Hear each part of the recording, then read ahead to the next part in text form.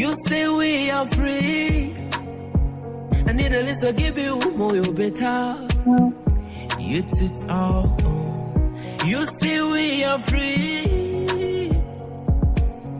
I need a list about your more, you was gone. Ayan, Jana Junubi Ayan. Mafi Gurus, Kisim Giwasha Shedi. Oh, Jian. Jana Junubi Jian. It was to be late, Homakulu Elefodur. Anataban, since 2011, Ladiasa, same level today. Anataban, 21 years, fighting freedom, and we are fighting ourselves today. No one is safe on Emily Road. No one is safe on Juba to Terekeka Road.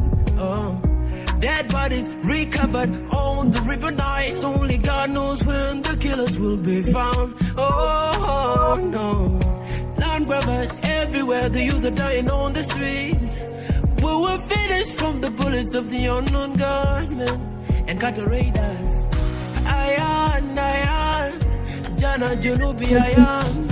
Mafi Gurus, Kisim Giwasha Shedi. Oh, Jian. Jana Junubi Jian.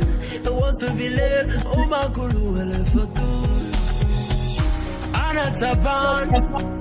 Anataban, since 2011, Ladiasa, same level today. Anataban, 21 years, fighting freedom, and we are fighting ourselves today. No, if this time for everything, where is time for our peace? Oh Lord, if this time for everything, where is time for our peace? We prayed for this country. Oh, school fees, and I'm a bit on the Zoom. My dad is at Takoma, the university Takoma. Omon, bigger garden. Yeah, the promise of free education by Dr. John is gone. Anataban, City Shur, Mavi Mayol, Jeju Shabi. Oh, Anataban, Sabashur, Mavi Mayol, Usasa Sukur. Oh, Anataban, since 2011, same level today. It's Thank you, everybody. Welcome to Lagos State Media. My name is Abraham Adit Majak. I'm one of the hosts this evening. For those of you who are watching in Clubhouse, please pin everybody in. And for those of you who are listening in and watching in YouTube and Facebook, start here this live video. Let me welcome my guest this evening and this night, this morning, wherever you're tuning in. Let me welcome my guest, Jongkor Mayol. Welcome to Lagos State Media again. Thank you for accepting my invitation. Before we go too deep in our conversation with Jongkor Mayol, I will give him 1 to 2 minutes to introduce himself. Who is Jongkor Mayol, and then we will start our conversation. Thank you. Welcome, Jongkor. Well, thank you very much, Ustaz Abraham Adit, and thanks to Lagos State family of Lagos State Media for hosting me. I'm so happy to be here. And of course, you can see my screen there. My name is Jongkor Mayol. I'm the co-founder of United Citizens for Change. It's a political movement, non-violent political movement. I'm also a host of Concerned Citizen of South Sudan, as many of you have, know. I'm so happy and I'm glad here to speak with you in real, very important matters that actually are concerning our beloved country, the Republic of South Sudan. Thank you. Thank you very much, Jongkor Mayol. For those of you, yes, Jongkor Mayol is one of the founder of current chairman. He's a current chairman of United Citizens for Change. Also, he's a host of Concerned Citizen of South Sudan. And for those of you people who are watching South Sudan and around the world, you guys know Jongkor Mayol is one of the hosts his show. He's one of the well known for the last 8 to 9 years. So before we go in, let us start. For those of you watching, uh, so we seen John Cole, we seen the resignation of Usas Dengdi Dayok, and we see before he released his resignation uh, statement, we have seen you publish uh, the uh, the consensus for change about the chairman of Citizen for Change that Usa Dendi Dayok resigned from his post as a chairperson.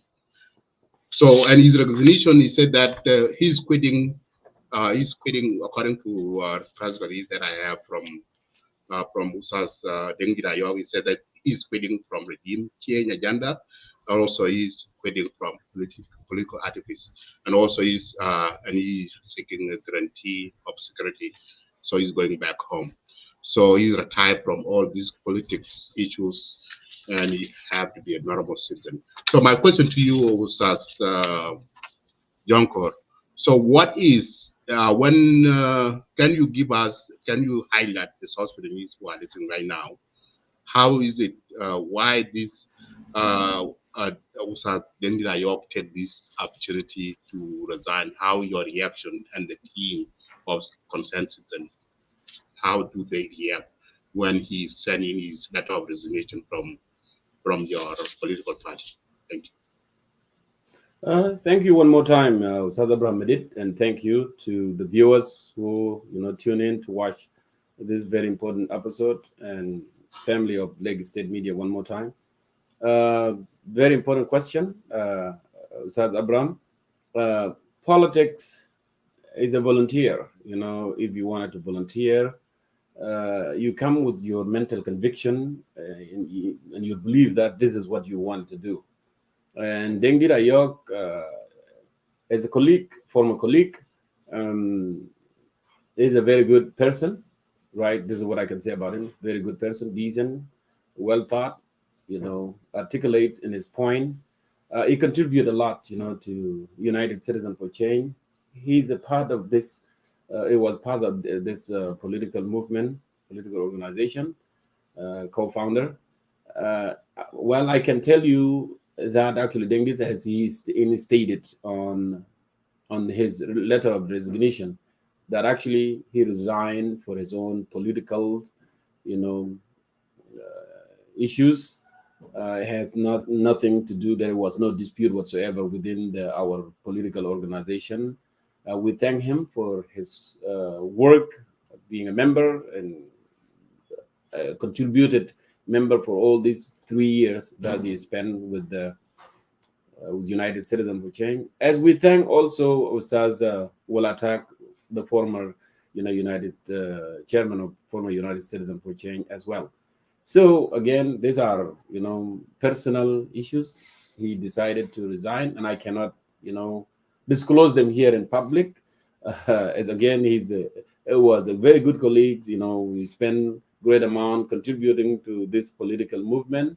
And when I said you come in with your conviction, and it's a volunteer job, because we felt that this is necessarily for us, to fight for change in South Sudan. And Abraham Majak, the way things are going in our country, that does not require, South Sudanese who are really, they have heart for the country to remain silent. And I believe Dengue, one of those, one of those people actually did not want to remain silent. And that's why he joined hand with us, from concerned citizen of South Sudan, that actually we do a lot of campaign to champion becoming a part of, co-founder of United Citizen for Change. So the reason are very personal. The issues that triggered him to resign, his own personal. So we have nothing, to tell our public about that. And what we can say is best of luck to Saz Dengdit, in his new journey, because he said that now he doesn't want to be active in politics, and he quit the agenda of you know, change. But as I said, United Citizens for Change is an institution, and it's not a one-man show. Like, President Kiir is running country as a one-man show. We aspired, members to become a leaders, and from a leader to become an agent of change. And we always don't have any issues. If Walatak was a leader, and then we have more leaders, Walatak is resigned and left, and then we have Saldengit, took over. And now Saldengit is no longer here, and I am here as the chairman of United Citizens for Change. And we will keep going on until, the aspiration and hope are realized to the people of South Sudan. Thank you. Thank you, Sir Jongkor. When Usad Dengli put that resignation press release out in public, I have read a lot of people comment positive, say welcome home, welcome back, welcome home. And you see, for the last 8-9 years, seeing the war break out in South Sudan in 2013, you one of the social media activists go out and criticize the president, criticize the government of South Sudan for the wrongdoing. And we have seen, it's not you alone. Some of the South Sudanese who are very vocal about the current situation going on in our country. And now we have seen 8 years in, and that nothing, all those people who are break away from the government, from SPLM, go to the bush, and then they see this is not working. They are now returning back to the government and to reconcile and to unite the people of South Sudan so that the peace can come in the country. My question to you, Sir Jongkor, what can you follow the footsteps of Dengdi Dayok to say that, okay, this is it? I, Jongkor Mayol, I will stop these social media activists against the government. This is the time we need to go in. Like, as you see that the whole out group, like General Paul Malong and General Pagana Mom, they are now in Nairobi, Kenya, and they are talking with the government. So, and you yourself, Jongkor, what the future of Jongkor Mayol? So we have seen for the last 8 years and nothing changed. So can you follow the footsteps of your former chairman, Dengdi Dayok, say this thing? I am retired from this. I am going back home. As I know, I think you've been away from home since you are young. So what is your future plan? Thank you very much. Madid, thank you so much. And this is actually a very important question. Again, Madid, when I just convinced myself to do a campaign against the government in Juba, it just didn't come from nowhere. It's a well thought, and it's a base, and what we have seen and what the citizens have experienced in the country as well. And that's why I told you from the beginning, it has something to do with your own, mental conviction. If you have a conviction, that actually what you want to do, and also with the moral courage and obligation as a concerned citizen. And that's why actually I name particularly, our forum as a concerned citizen, because there is a lot of issues here we have to be concerning about. So, Madid, I want to take you a little bit, to the liberation struggle. Again, people are different. It's, like in their features, in their way of the thinking. We are all different. We are human, but you may be thinking different, and I'll be thinking different. And that's fine. That's the nature. That's how we are created it. Look, in our liberation struggle, we fought against our common enemy, which is the governments, the regimes in Khartoum for years and years. It didn't start even on the liberation struggle in 1983. Yeah, it has started a long time ago, 1947 to 1955, 1965, to 1983, right? And all this were aspirations for people of South Sudan to realize, because we don't want to be, a second-class citizen in our own country. And that's why those founding fathers, they have that mental conviction. They wanted to fight, even including President Kiir, who have forgotten actually the core values that he has been fighting for nearly 38 years. Uh, so to tell you, in 1991, SPLA has fractured. But the reason I'm bringing the example of SPLA is not to compare myself with what has happened or whatsoever. But fractures happen always, in any there is an ups and downs and ups and downs. There's so many things that can face, political movement, political organization, but that doesn't mean that is the end of it. Or if someone quit, or if someone realized that, oh, now I am no longer, interested, or I don't want to do this, that should be, the end of, of the journey that you have started. When SPLM fractured in 1991, everyone didn't say that, okay, now some of us, some of our colleagues, they went to Khartoum and they signed peace agreement, and now this will be the end of it. Now we should follow their footsteps, and go there. No, because there was a mental conviction. Dr. Jongkor, when he rebelled in 1983, it was making high income. He was a professor, he earned better education. He was an officer in the military. He was getting paid, highly paid.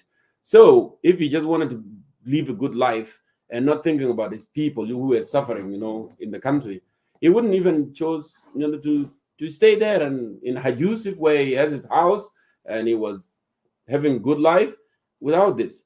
And again, it boiled down to mental conviction. He has that mental conviction, and he has a purpose in life that actually I want to do something for my people. And that's why he chose to fight. So when fracture happened, it didn't stop him.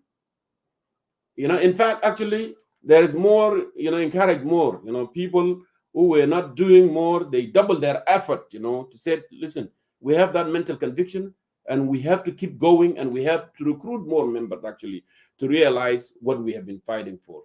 So I, as Jongkor Mayol, as you said, are you going to follow the footsteps of those who want to go and sign a peace deal with President Salva Kiir? The SPLM government, it's not even SPLM government, the government that actually we have in Juba, is too deformed to be reformed, by the way. So the idea is that actually people are going to sign a peace deal with President Kiir and join the government. It's not going to change anything, right? It is not going to change anything. What will change is they are going to be rewarded, positions in the government, whether you're giving a minister, you're giving a position of a governor or an ambassador or a general secretary or and the secretary of the ministry. But does that change anything? No. But here, what we are looking for, what we are fighting for as a political movement, non-violent political movement, is a drastic change, a change that actually will bring diversification of economy, to make it a policy, from just depending on oil revenue to depend on agriculture, so we can produce our own food locally. That should be the main, that our main fight. The fight is not about the power to get position and so forth. So I would tell you,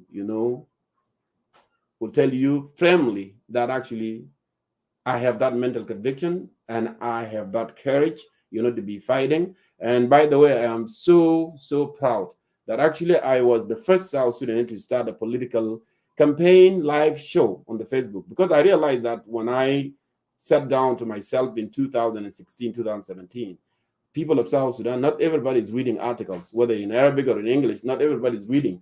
And it would be wise, to just dress up and come and sit and talk, because talking, it would be much easier for them to understand the message that I'm sending out. And Brother Medit, it did work. A lot of people actually, they like the ideas, coming and listening. And we have changed the narrative. We have changed the perception in the country. And people now, they're realizing that this is what should have been done. And it was a duty to have this civic education to get people to the level that we are in. So clearly, there is no way I can tell you that I will follow footstep. I have my own footstep. I have my own, conviction that actually the aspiration of people of South Sudan have not been realized. The fight of liberation and struggle was for justice, liberty, and prosperity. Today, the dollar rate change in Juba, how much? 280, right? Is a failure of this government, because they were not strategizing. They were just, rewarding themselves. They wanted to fill their pocket, and with that, I'm not a man that interested just in position. I'm a man that want to see a change that actually will bring, opportunity to the people of South Sudan. Have a justice and liberty and prosperity. Thank you. Thank you very much, Usat Jongkor. Yeah, I see your conviction, and every man have his own dream to follow, which I know that. But let's see, let's look into our country future. Um, the politics in our in this country that of course South Sudan is really very unique, and because right now the country is heading to election of December, as we see that whether the election will take place or not. But the way the majority, the people on the ground root, they are called for election in order to choose and elect their own leaders. Um, Jongkor, yes, and I see your point, but the country need all of us, people within and people in outside the country, which has we in diaspora. So we are contribute a lot in that country. But let us see for the last 8 years, when civil war broke out in 2013, and many people lost their life, and we see thousands of people have been displaced across the closest nearest neighbors country. So, and we see that for the last 8 years, people pick up arms fighting with the government, but they didn't win. So, and the government, President Salva Kiir, is calling for a peace to come. All the whole out group, regardless of non-violent or people who or rebellion who pick up arms and they stay in the bush, is calling everybody to return back home. Let's sit down as the people of South Sudan. Let us solve our issues in peaceful way, so that our people suffer so much. So my concern as one of the younger smartest people, South Sudan need you. Same thing South Sudan need Usat Dengi Dayok. And the way that Dengi Dayok, the decision that Dengi Dayok took, is it has been seen on the ground as a wise decision, and these things should be stepped.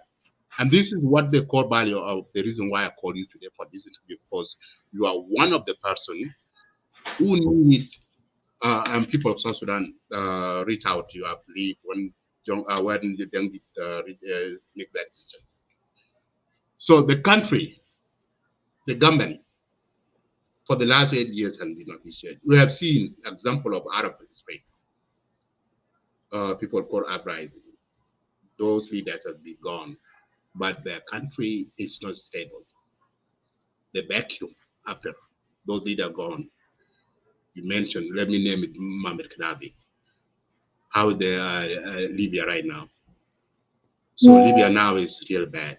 So my point here is that people, South Sudanese people on the ground, majority of them, they don't have access to internet. Okay, they need the real life on the ground, to be on the ground and tell them what vision is. And people are encouraging you. That's why I'm asking you the question that can you follow a footstep of the Dengi Dayok to say this is it. I've been doing this for the last 8, 9 years, and I haven't seen any change come. Nothing changed. Everything are getting worse and worse. So, and you see some of the rebel leaders are now going back. So now this is the one of the things we people who are using social media platform, we are make a difference. We let the voice out, but the reality is let's make it this as a reality on the ground. So I hope for the next. So my next question to you is coming to UCC. Okay, I have seen UCC. You have a pollution with other political party, or and those people are based in the diaspora, and you call it core. Okay, core is restriction of democracy. So that is Operation. yeah, the reaction. So when my question is regarding about Dr. Peter Biraja, that's where I'm coming in. So Dr. Peter Biraja is a member of CORE, okay, the operation. And you have seen what happened a couple months ago when Dr. Peter got into trouble. He was accused that he buy a weapon and shipping to South Sudan. And now I believe he's still in jail. So my question to you, can you give us an update? I know you will not go into the case of the Dr. Peter because it's very sensitive and also is under investigation. So we don't need to go there. So, but give us just a brainstorm and just highlight. So what happened? Why your party and other colleague and Peter Biraja who were colleague. My question is number one, is UCC is a part of what happened in with Dr. Peter Biraja? Are you guys supporting that Peter Biraja bought those weapons shipped in South Sudan? That question number one. Number two, uh, did you guys involved into that? So give us that update, and then we will pick up from there. Thank you very much. Okay. Yeah, Madid, you have a long introduction, and actually, it seemed like you brought in the issue of election and you issue of people, how they received, how they reacted to resignation of Dengue Dayok, how going home, and also you talk about the issue of Muammar Gaddafi and uprising, and also you end up bringing the issue of Dr. Peter Garajak. That's fine. I will address all these issues. But let me start with the issue of election that you raise up. I wanted to tell you, and I wanted to tell people who are watching here, there will be no election, and I'm responsible in what I said. There will be no election. And if you don't know that actually President Salva Kiir has been using political deception for a very long time, and then today I'm here to tell you again, to repeat that, because I keep saying that actually he has been using political deception to numb the people of South Sudan, for a very long time. Let's see. When they signed a peace deal in 2015 in Addis Ababa, President Kiir was not interested in signing peace agreement. He wanted the country to be in chaos, in war. And that's why actually instead of signing that peace deal in Addis Ababa, he went back to Juba. Okay. And everybody has to back him to sign. And after he signed it in August, he came out with a statement saying that this agreement is not a holy Bible or it's not a holy Quran, which is mean that I can implement it and I don't have to implement it. So it was not in his state of mind that actually he won any peace deal in the country. He wanted the country to be in chaos, right? But later, to prove his point that actually he was not interested in peace agreement, the dogfight broke out in 2016. And you know what happened about that. Riek Machar was chased away. He walked to Congo for 45 days. And then later he ended up in Khartoum. And he has to declare again that we are going to do whatever it takes, to fight this government until, stability that come in the country. My brother, the reason I'm bringing this point to tell you that actually President Kiir was not interested in peace, and he's not interested also in election that actually he has been saying. This is not the first time for President Kiir to use to deceive people of South Sudan. He has done it with agreement, as I say, in 2018, in 2015, and break the war again in 2016. And not only that, he stood very tall before the National Legislative Assembly in December 14, 2016. And he said, I'm here to launch a national dialogue. National dialogue would be the way forward. There is a peace agreement actually supposed to be implemented, and that peace agreement will bring stability. And the end of that peace agreement, we will have an election. But he chose to abolish peace agreement and initiate something else, to divert attention of the people from the reality. What happened, my brother, Medit, to the peace agreement, to the national dialogue that he initiated in 2016? What happened? He ended up putting in a drawer, because President Kiir is not interested, one more time, in stability in the country. Instead of implementing peace, he went ahead for another initiative. And even he went to Kenya and he talked on the Kenyan national prayers. That was, I think it was 2019, when he said that actually I was being blamed when I launched, the national dialogue. But you, the Kenyan, you are doing the right thing. And again, we proved him wrong. Actually, on the back of his mind, he was not doing it for stability in South Sudan. So national dialogue, they end up putting away, because the result was clear that people of South Sudan actually did not want continuation of Salva Kiir Mayar and Riek Machar, because the bigger question was asked was what went wrong. And every single one in the 79 counties that actually the national dialogue was conducted, they said there is a grand corruption, there is mismanagement, okay, there is insecurity. And who created this is the current government. It's President Salva Kiir himself with his ministers are the one that responsible for this. So therefore, there is a need for them to exit political life if South Sudan have to see the light, at the end of the tunnel. The reason I'm saying this, Madid Malish, is not because I just wanted to take your time. I want to connect the dots when you talk about the election that President Kiir is talking nowadays about the election. The idea behind talking about the election is to drive people of South Sudan to his game. That actually is the man that looking for an election, right? But on the back of his mind, actually, it's not an election. It's an extension, because President Kiir does not believe in election. He believes in extension. He has been a president of mandate since 2011. When we gained independence, he was giving mandate by South-South dialogue and continue, and we're supposed to have election in 2015. But he created war in 2013, so that thing doesn't go through. And again, I give you what had happened. So the reason behind talking about election, we want to create election. What's supposed to happen before an election? There was a peace agreement signed in 2018, right? On September 12, 2018 in Khartoum. And that peace agreement have addressed a lot of issues.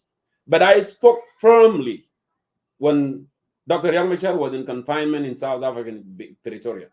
But President Kiir knew the oil was shut down, the economic was down tank, and there was no resources.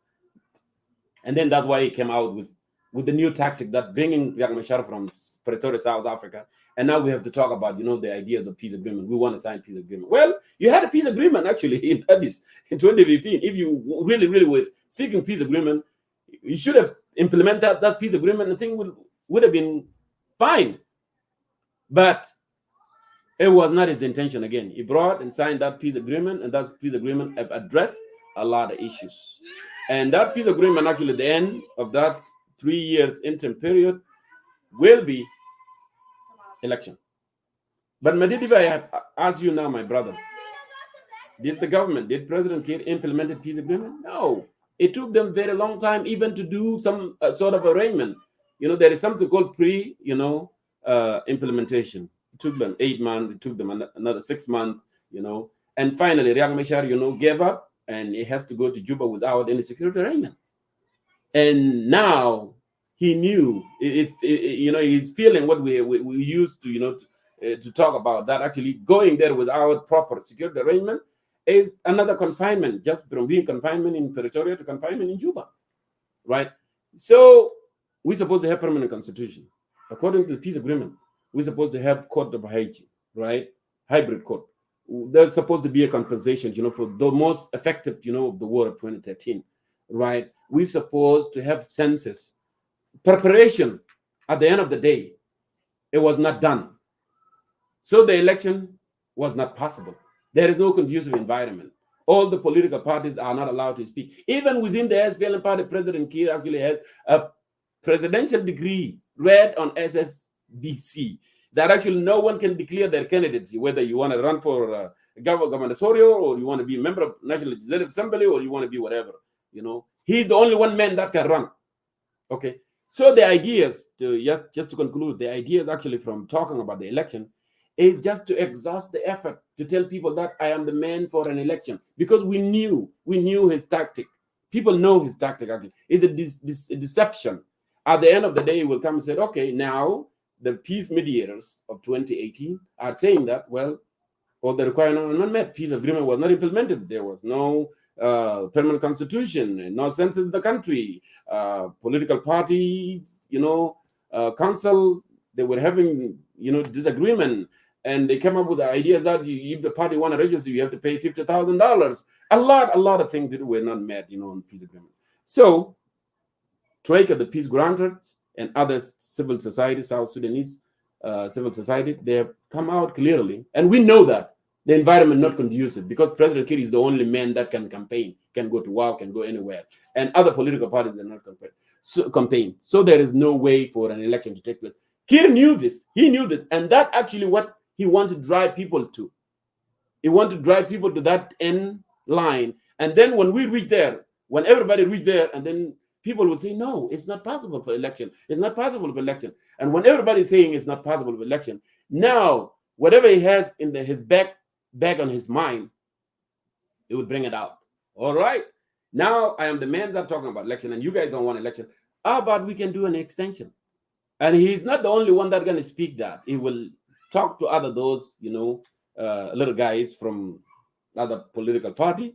They were saying that, what, we need an extension. And that's what President Kiir needs. So, my brother, sincerely, there will be no election whatsoever. President Kiir want an extension so he can rule for life. His intent is to rule this country for life. But if he was intent to rule this country for life and he was delivering services, we would have a different conversation by now. We would have different conversation because there is a lot of dictators all over the world. But they care about the well-being of the people. They care about the security. They do infrastructure, They deliver services at least to the people that they are ruling. But this kind of dictatorship is very unique in its type because I haven't seen this kind of, a dictator, right? So there will be no election. If I come to the issue that you asked me about the issue. Before you go about Peter Birajak thing for election, let me comment very quick. No, regarding about the election, you mentioned that President Kiir is the one who said that he need extension. As we have been seeing for the last few months, is not interest for President Salva Kiir for the country to do extension. President Salva Kiir need election. But those people who are calling for extension are the opposition. For instance, SPLIO don't want election because SPLIO need extension. And we have seen that. If, for instance, if President Salva Kiir don't want election, how come there are so institutions in place right now? Election commission is in place, okay? And the budgeting of the election has been approved. And registration of the political party is going on right now. And people and encourage you guys, for instance, Jongkor Mayol, you are encouraged to go to South Sudan to register your political party to participate in election. Okay. So President, I see, is calling for election, but the people who are against, because it's not SLM, IG is the ruling party right now.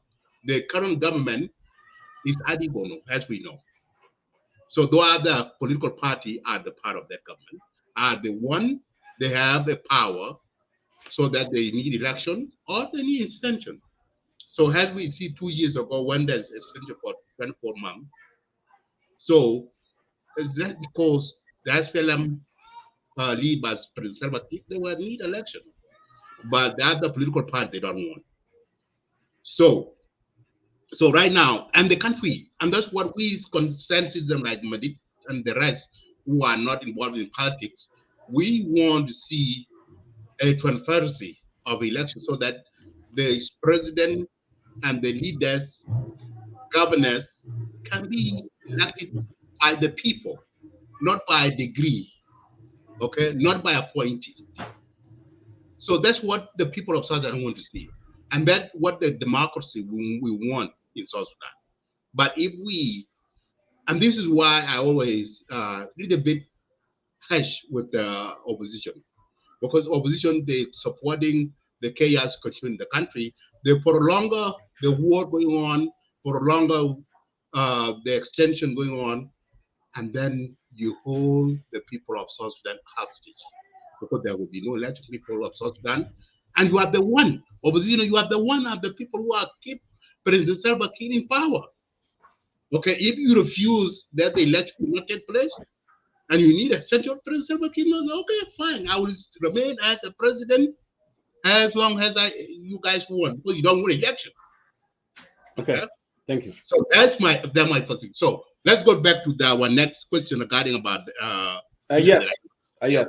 I will answer that but before I answer that, my brother, briefly, I would say that we don't have to be genius, to understand Salva Kiir Mayardit. I understand Salva Kiir Mayardit from the toe to the head, what the man is stand for, my brother. And let us agree to disagree. But I know, and 99 South Sudanese agree with me on this, right? The notion that actually President Kiir is the man that actually won election is not true, right? It's not true. The position that you had instated that actually President Kiir, he's the one that won election, the other party are not interested in election. I already gave you the narrative that actually President Kiir, he want to get everybody to that point, okay, to that point. Why? It was done intentionally, not to implement peace agreement, because by implementation of peace agreement, the end of interim period will lead to election automatically. That's how it should have been. But he did not want to implement, the articles who were in the peace agreement in 2018. He did it intentionally.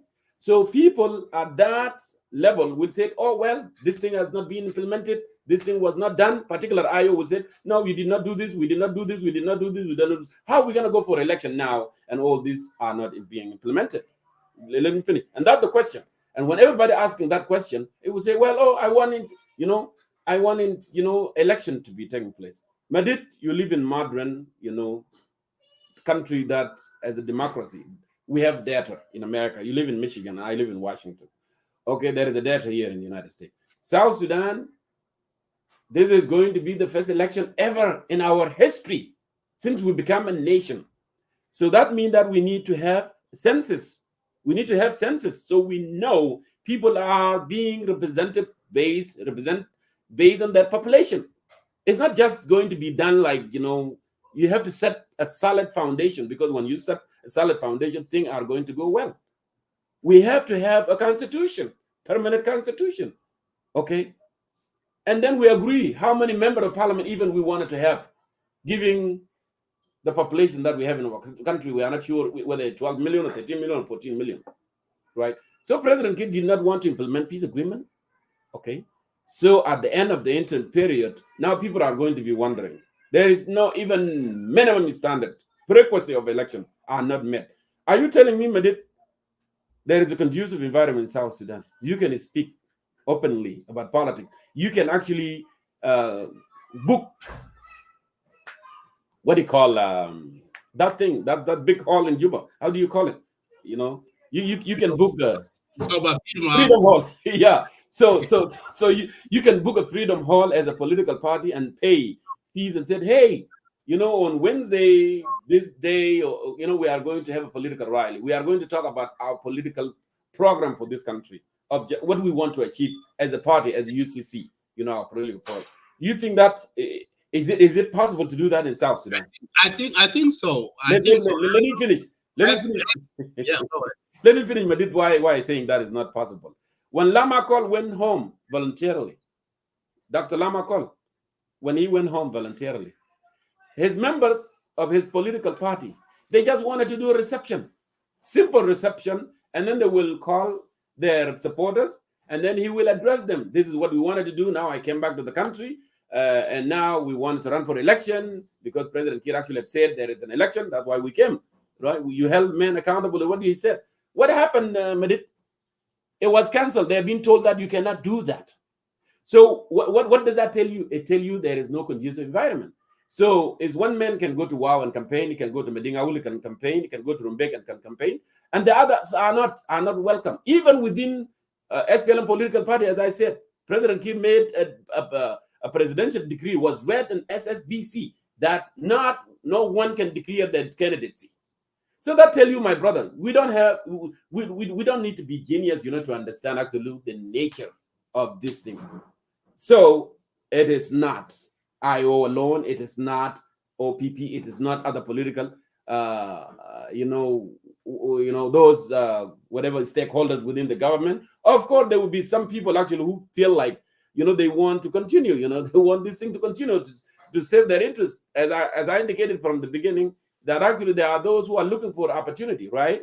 And then if opportunity arises, they did not care. They don't have that mental conviction about the suffering of people of South Sudan. They signed a deal. They went in. They want to be minister. They want to be vice president.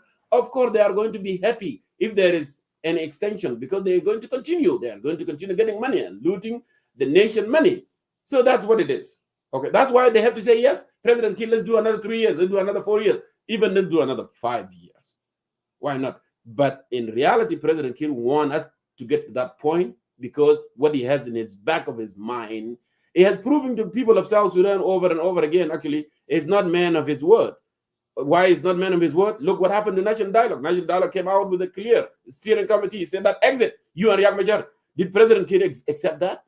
No, he did not accept that. Okay, he did not implement peace agreement from 2015. He chose something else, all right? So that can tell you who is he and what he wanted to do with the power. If you want to say something before I go to issue that, let me say something regarding about the rally. Jongkor, you and I were in the United States. You are in Washington D.C. and Washington Seattle, and I'm in Michigan. If you organize rally right now, Jongkor, and you go to New York, will the security of police will allow you to host the rally without permit?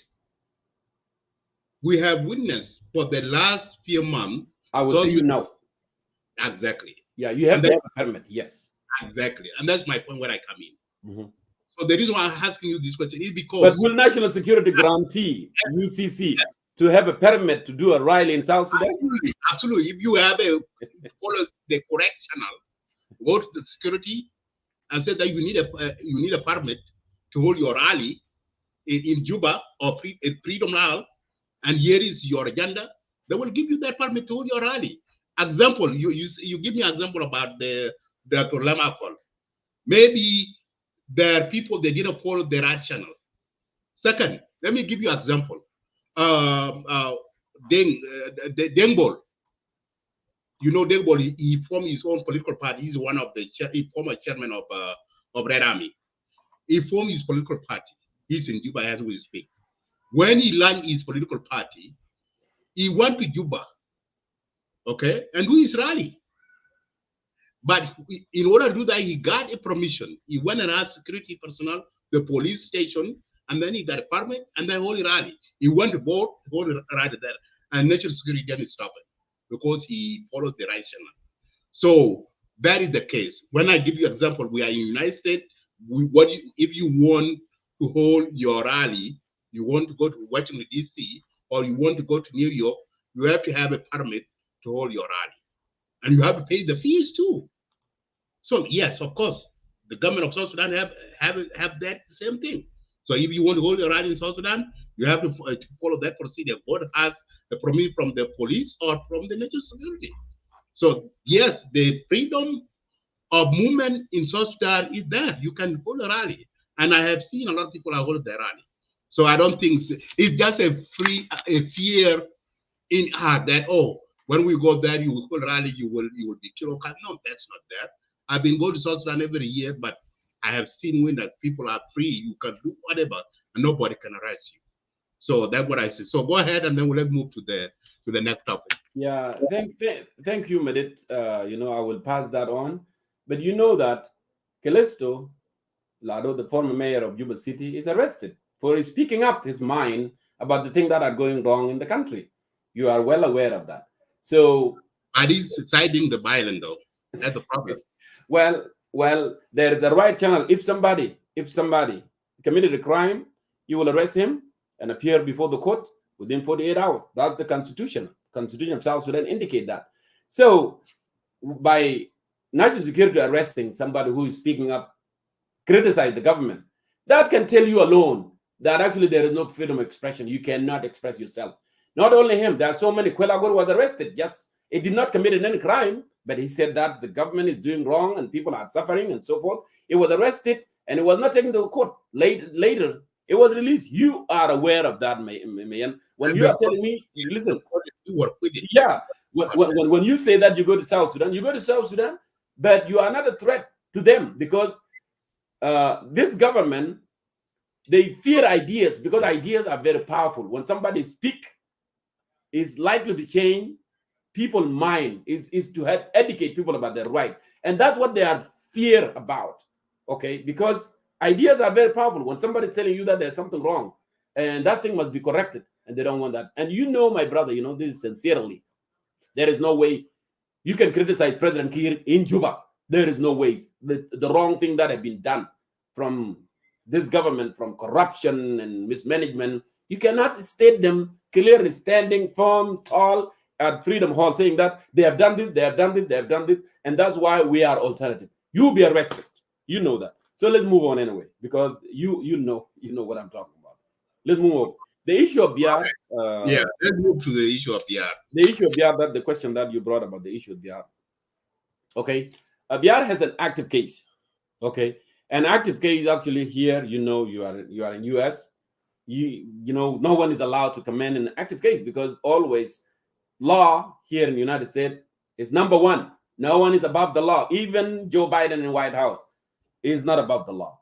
So we let the law take its stand and take its role on this particular. But though, the only thing that I can tell you though, soon the member of the court, the member of Alliance's court, we are going to come out with a statement because we have been silent for quite some time because, as I said, we want to give law a stand to take, their role.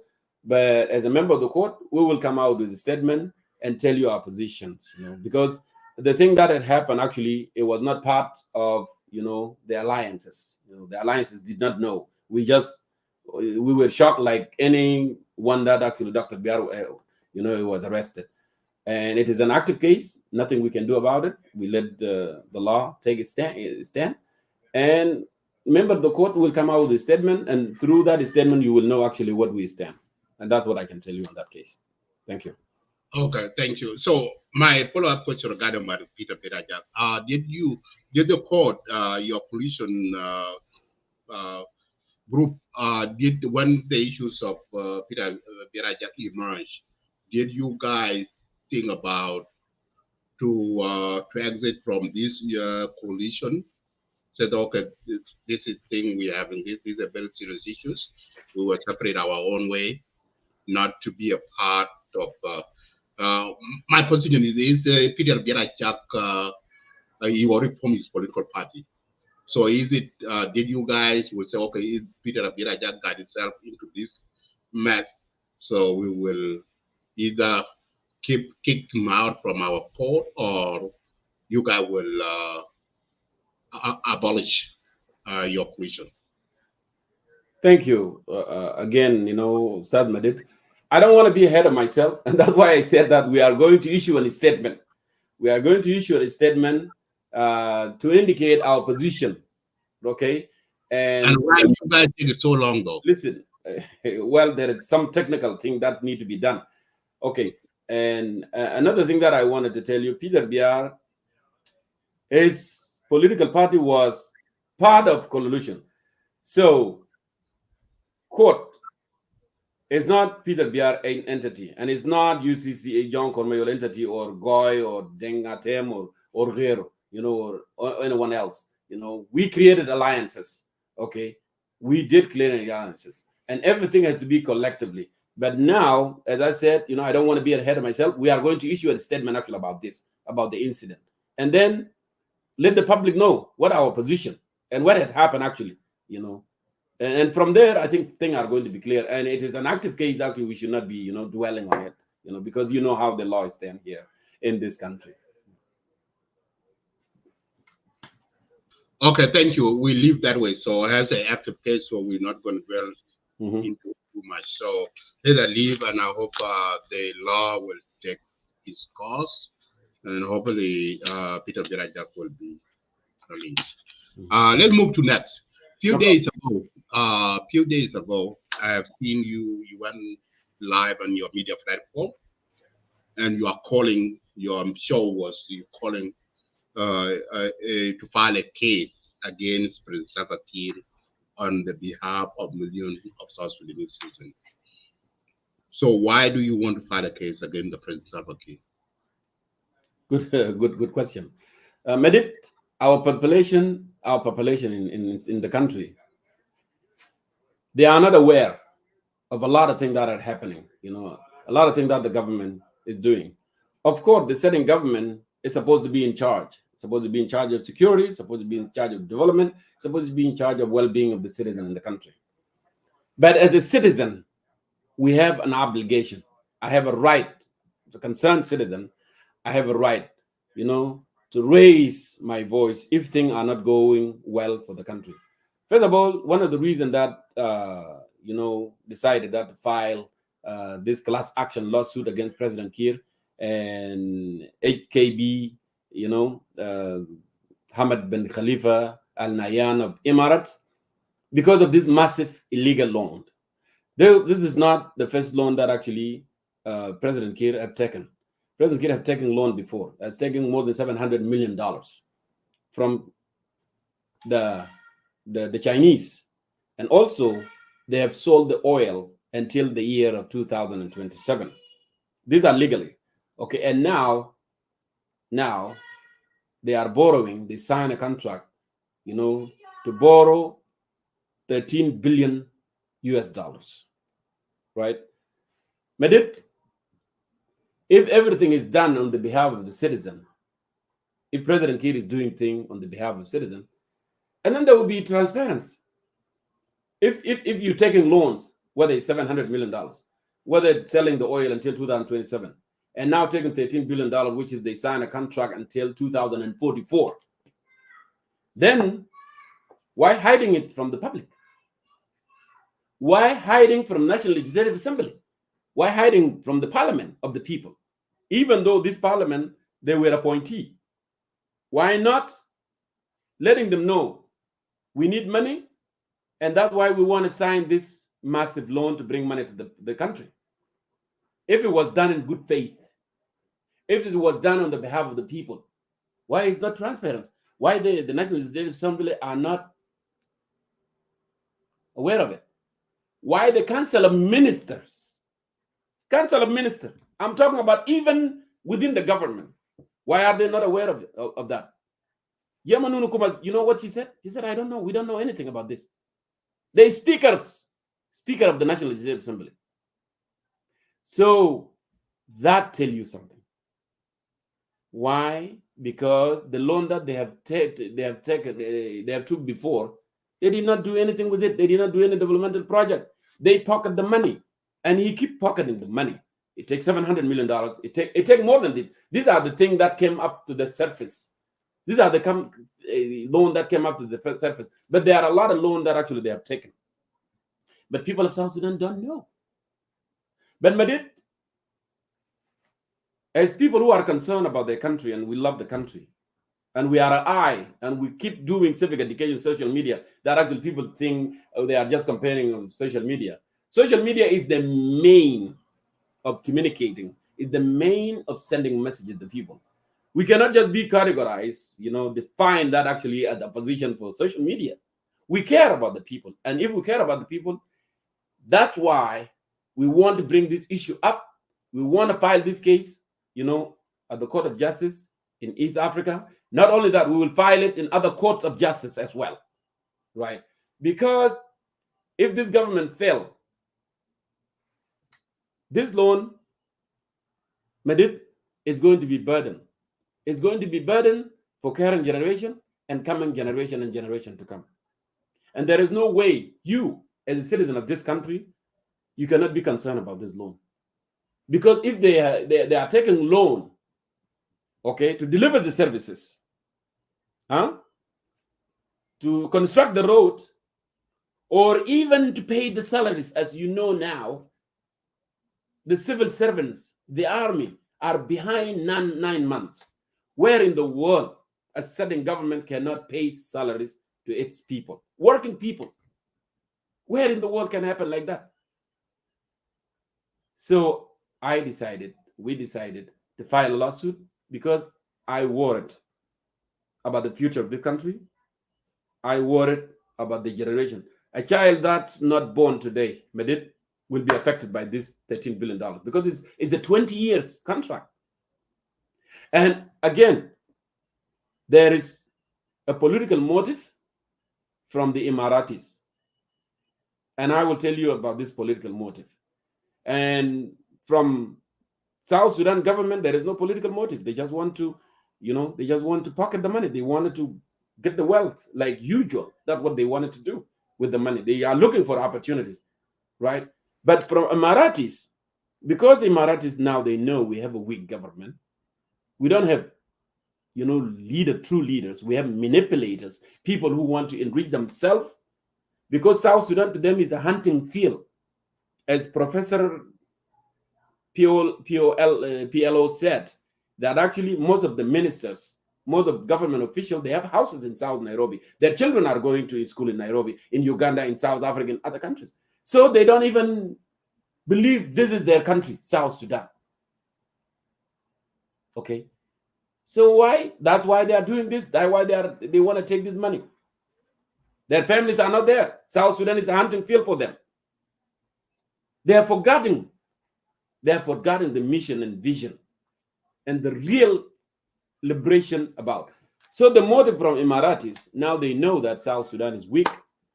And Emiratis, actually what they have done, they have silenced Egypt from interfering with the Sudan crisis. You know the rapid forces, which is Damasareo Hemeti.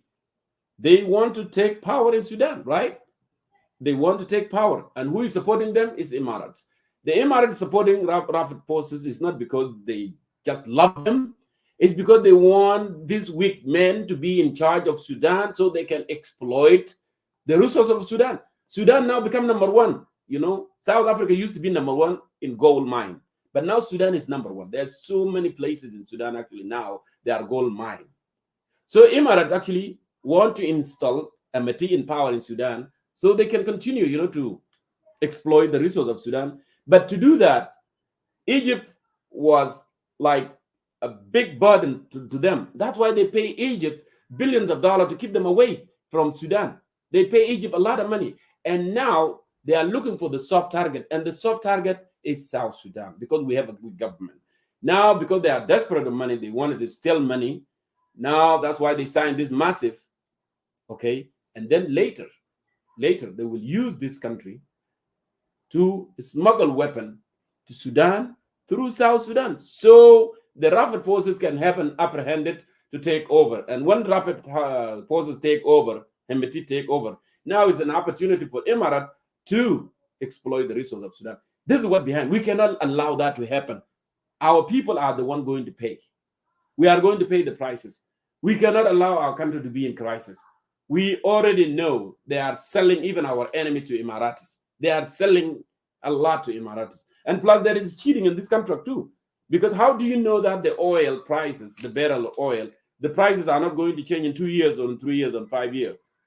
How do you know the prices are going to change? Are going to change it. But they are taking this advantage for the weak leadership that we have in our country. And that's why they wanted to do this. That's why they wanted to do this. And every minister that we have, finance minister, whatever, those broker of the oil, Emirates bribe them actually. Emirates bribe them always. When they go to Dubai, they will say, you know what, we give you this and we give you that.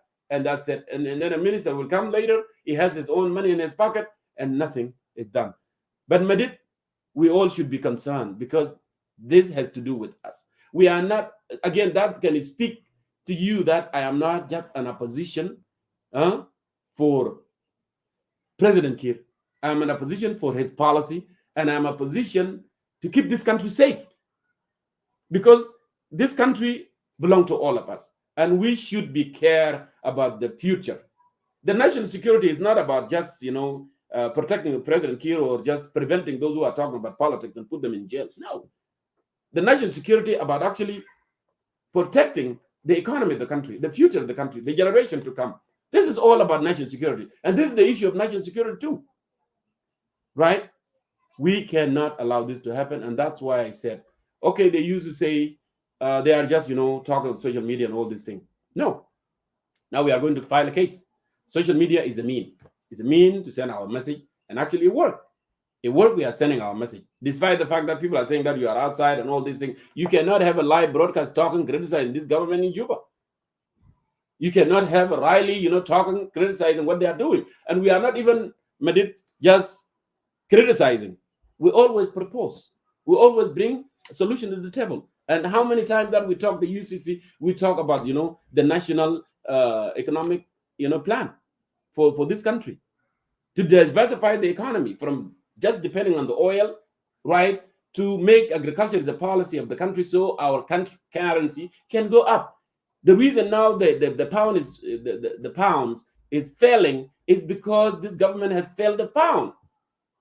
Where in the world that the government doesn't have a policy that they can have a farm so the citizen can buy things the keys with their own currency? It just only South Sudan. Why should we depend on Uganda? Why should we depend on Kenya? And we are a deadlocked, deadland country.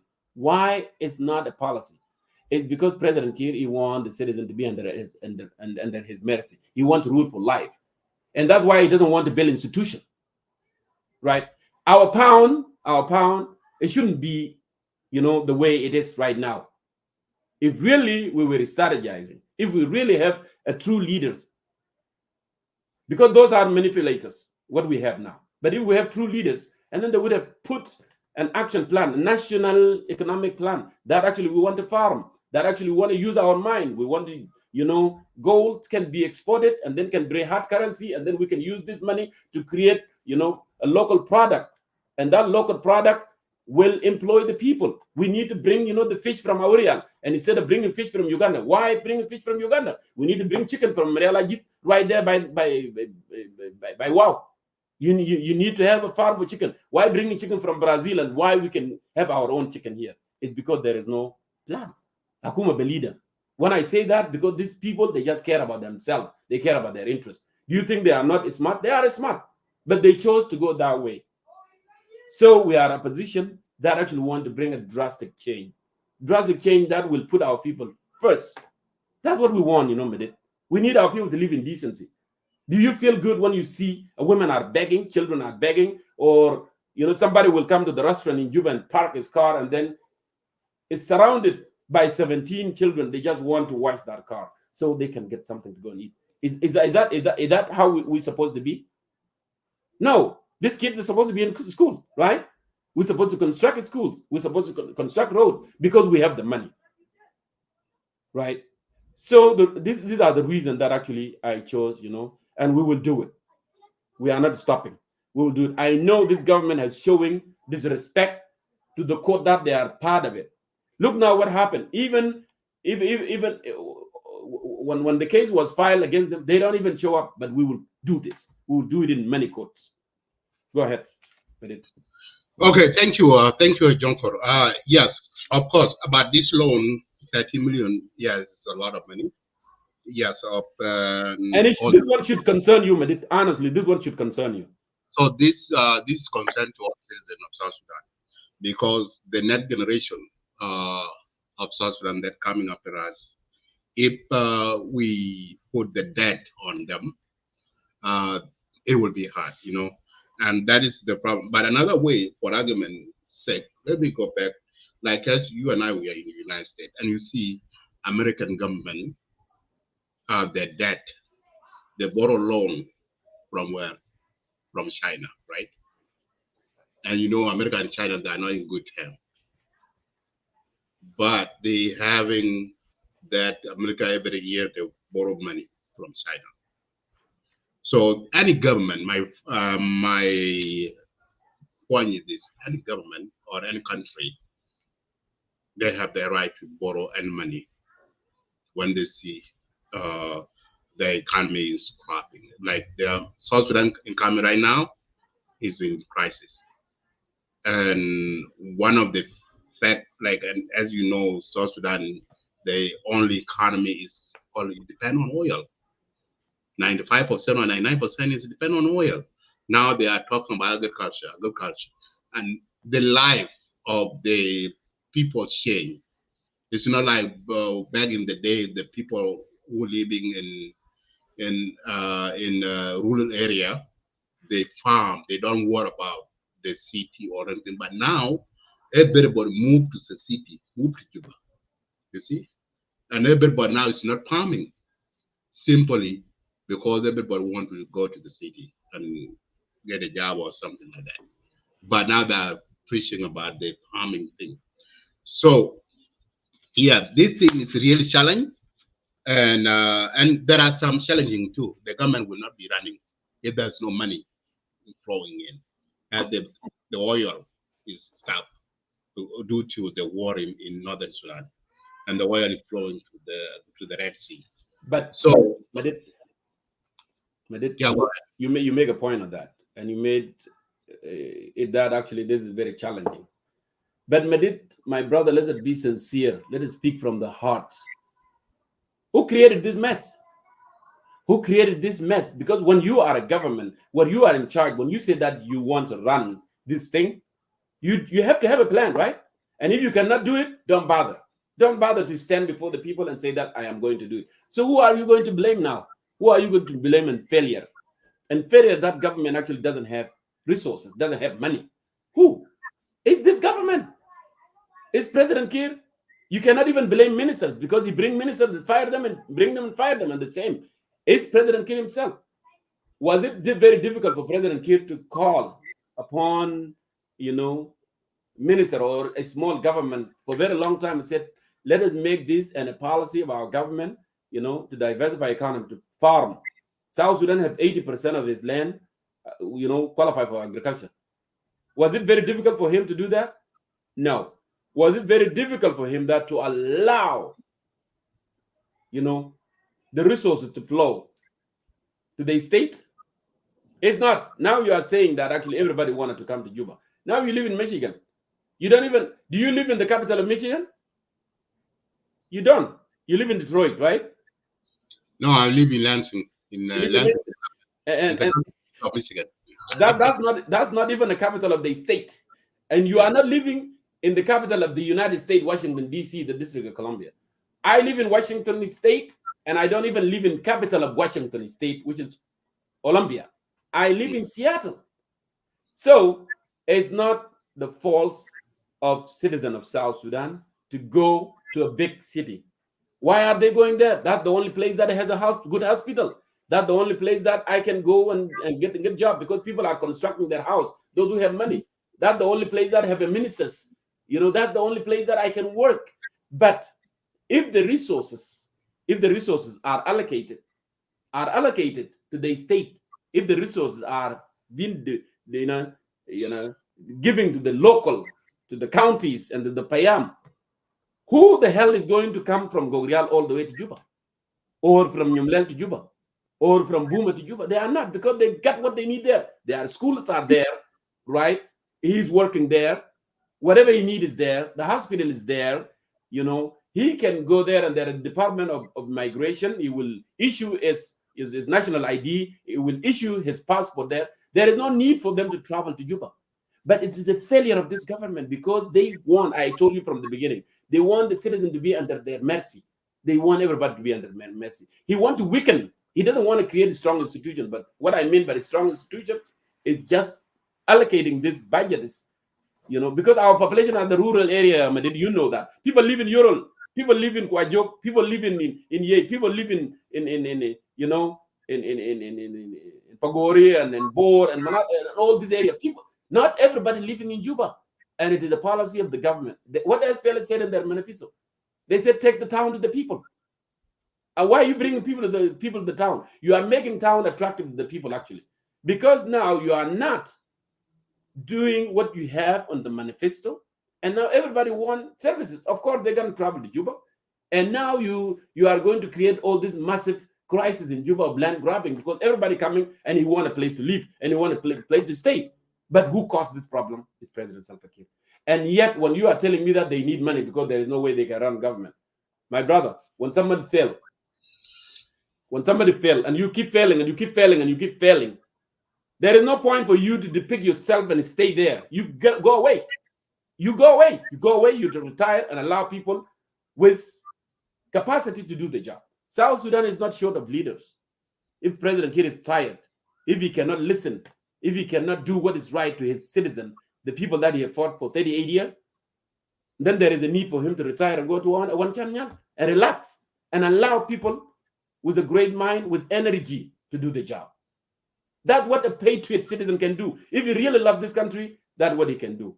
And instead of bringing that's why the citizens are called for election. If you want to remove President Salva Kiir from the position, why don't you support the election? Medit, you are going back, but I already told you. He doesn't want election. He doesn't want election. You know this. He does not want election. No, you want President Salva Kiir to go to one challenge. I already told you. If he need election, he would have done it the way election's supposed to be done. Yeah. So here's the problem. Here is my argument with you here. Yes, I understand you can blame President Salva Kiir. He's the president of country. Yes, of course. Everything can fall on him. Okay? But, Jongkor, the country cannot be run by only government. Opposition, they have a role to play. Okay? So opposition job is to see they are the mirror. Opposition are the mirror of the government. They will see what the government is not doing right. As you just point out that this loan is bad for the people of South Sudan. Okay? That's true, because this loan is too much. Okay? But if the opposition for yourself here, you blaming President Salva Kiir government, but you are not blaming opposition for their wrongdoing. They are a part of the problem of South Sudan, not only President Salva Kiir. If you can imagine, Usad Jongkor, if we can go back in 2011, when the peace was signed and a referendum was signed and everybody happy and the government was formed, okay? 2 years later, the civil war break out. Do you think the government is fighting with the rebels? At the same time, they will do the involvement, any other service that they want to do? Because while they just get out from this 22 years of civil war fighting with Arab in the north, and then another civil war break out 2 years or 1 year and a half later. So all of this, Jongkor, yes, government can be blamed. President Salva Kiir can be blamed. He's the president of the country. At the same time, opposition rebels have to be blamed too. Because if they didn't pick up arms in the first place in 2013, the SPLM that you choose, the vision of SPLM that you just mentioned before, should be in place if there was no war happening in 2013. You see? Good point. But yeah, we won't break out. And this is why we want to see things in different angles. Okay, you said that. Mm-hmm. First of all, why people become opposition? They come opposition because there is something wrong in the country. I'm not talking about even the armed opposition. Because they are opposition, but when you get rid out for right now, if you are working, right? No. All of us, did you fight from the job? I was not in the government. Listen, yeah, I was not in the government. And look for another job. But those opposition, what they do, those are rebels, when they get fired from the job, listen to me, my friend. They pick up AK-47 and go to the bush. Listen to me, my friend. Listen to me, my friend. Mm-hmm. Was I part of the government? Was I part of the government? I was not part of the government. So the reason I am criticizing, or I am suggesting or giving the plan, I was not a part of government, and I am not looking for a position. I am not looking for a position. Okay, this is me, right? And that's why I ask the question, why people become in a position? People become in a position because they want to correct things in the country. What thing go wrong? When you are in charge and you are not doing right, and then someone else would say, hey, you're doing this wrong, and you're doing this wrong, and you're doing this wrong, and if you don't want to fix it, sometimes will lead to some others Like if you're using excess forces against the people, you are threatening people, you are putting them in the jail, you are shooting them through a non-gunmen and all this thing, and you don't even, acknowledge that you are the one that doing it. That would trigger others, to carry arm and start fighting you. Unlike the way I'm thinking, okay, Riek Machar was part of the government, and he was chased away from Juba. This whole thing that actually people were just planning to rebel and all this thing, you know how it started in Juba. There was no coup whatsoever, but I don't want to go there. But I want to answer the question that you have said. This government or President Kidd did not do anything because there was a war in the country. Okay, there was a war in the country. There are regions that without a war. Would you agree with me or not? There are regions without a war. There was a war in Rumbek or in Yorol. There is no war in Yorol. There is no war in Rumbek. There is no war in Medingawul. There is no war in Wanjok. There is no war in all these places. Okay, if you are talking about government did not do any developmental project because there is a war. Why government did not do developmental project in these states? The places that there is no war on it. Why? Was there a war in Warabi State, the home? Was there a war in Akon? There was a war in Awanchan. There was no war in these places. But President Kiir has no desire, has no political will. And the answer is, I told you before, and I said he did not want to build a strong institution. And a strong institution is by allowing citizens, okay, to have the resources to stay in their urban, to stay in their rural area. But how can they? No. This is an answer to you, actually. So how can this strong constitution will be in place while the war is still ongoing? My friend, is it difficult for the government to have a plan to farm, to make it a policy, to just work in a will rise stream in northern Barkazal? Is that something that he cannot do? In Tony, they cannot do projects in Anzara to go ahead and do a sugar sugar thing. Is it difficult? Is it difficult for them to have dam that create electricity or create some artificial lakes so we can generate it electricity? Now in Juba you have generators everywhere, and that's why you have this the temperatures rising in Juba. A couple months ago people were tired, and that's why now we're having something like deforestation happening in South Sudan, because everybody's going to cut the trees, and these are the trees that actually will help for the rain to come down so we can have a good climate. We are producing oil, and that oil actually we would have produced more natural gases, so people by now they cook with the natural gases, not with the charcoals. But there is no way to defend this government. This is the form to be the only way they are them to go. There is no way. There is no argument here to be made to defend them. I'm not defending the government, but I'm seeing things in different angle, from two different perspectives. From opposition side, the way I see it, and from the government side. But you are seeing only one side of the government. Yeah, because who have the power? Is the president in charge? He's in charge in finance. He's in charge in finance. And finance is everything. When you are in charge in finance, you are the one that to move everything around the country. Right? And now they call there is a businessman. Do you believe these guys are businessmen? Where are their factories? Where are their companies? How many people they employ? How many people will employ or Kurajing or Bang Mayan or and Makergai? How many people they employ? They don't. These guys are money laundering. They are brokers. They go and sell the oil and money go to their account, and from their account to president account to ARC. That's what it is, my dear brother. And we must acknowledge. Yeah, let me go back to the thing that you mentioned, like the issues of like instant Lake State. Lake State has been fighting itself, seeing like 10, 15 years fighting itself. And everybody give example about what's going on in Lake State until people of Lake say enough is enough. They come down and reconcile and allow the peace to come in the state. That's why Lake State now is peaceful. And because of the people understand the situation.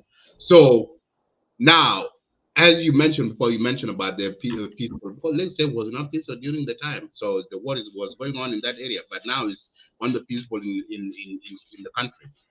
So, my dear brother, yes, I understand your argument.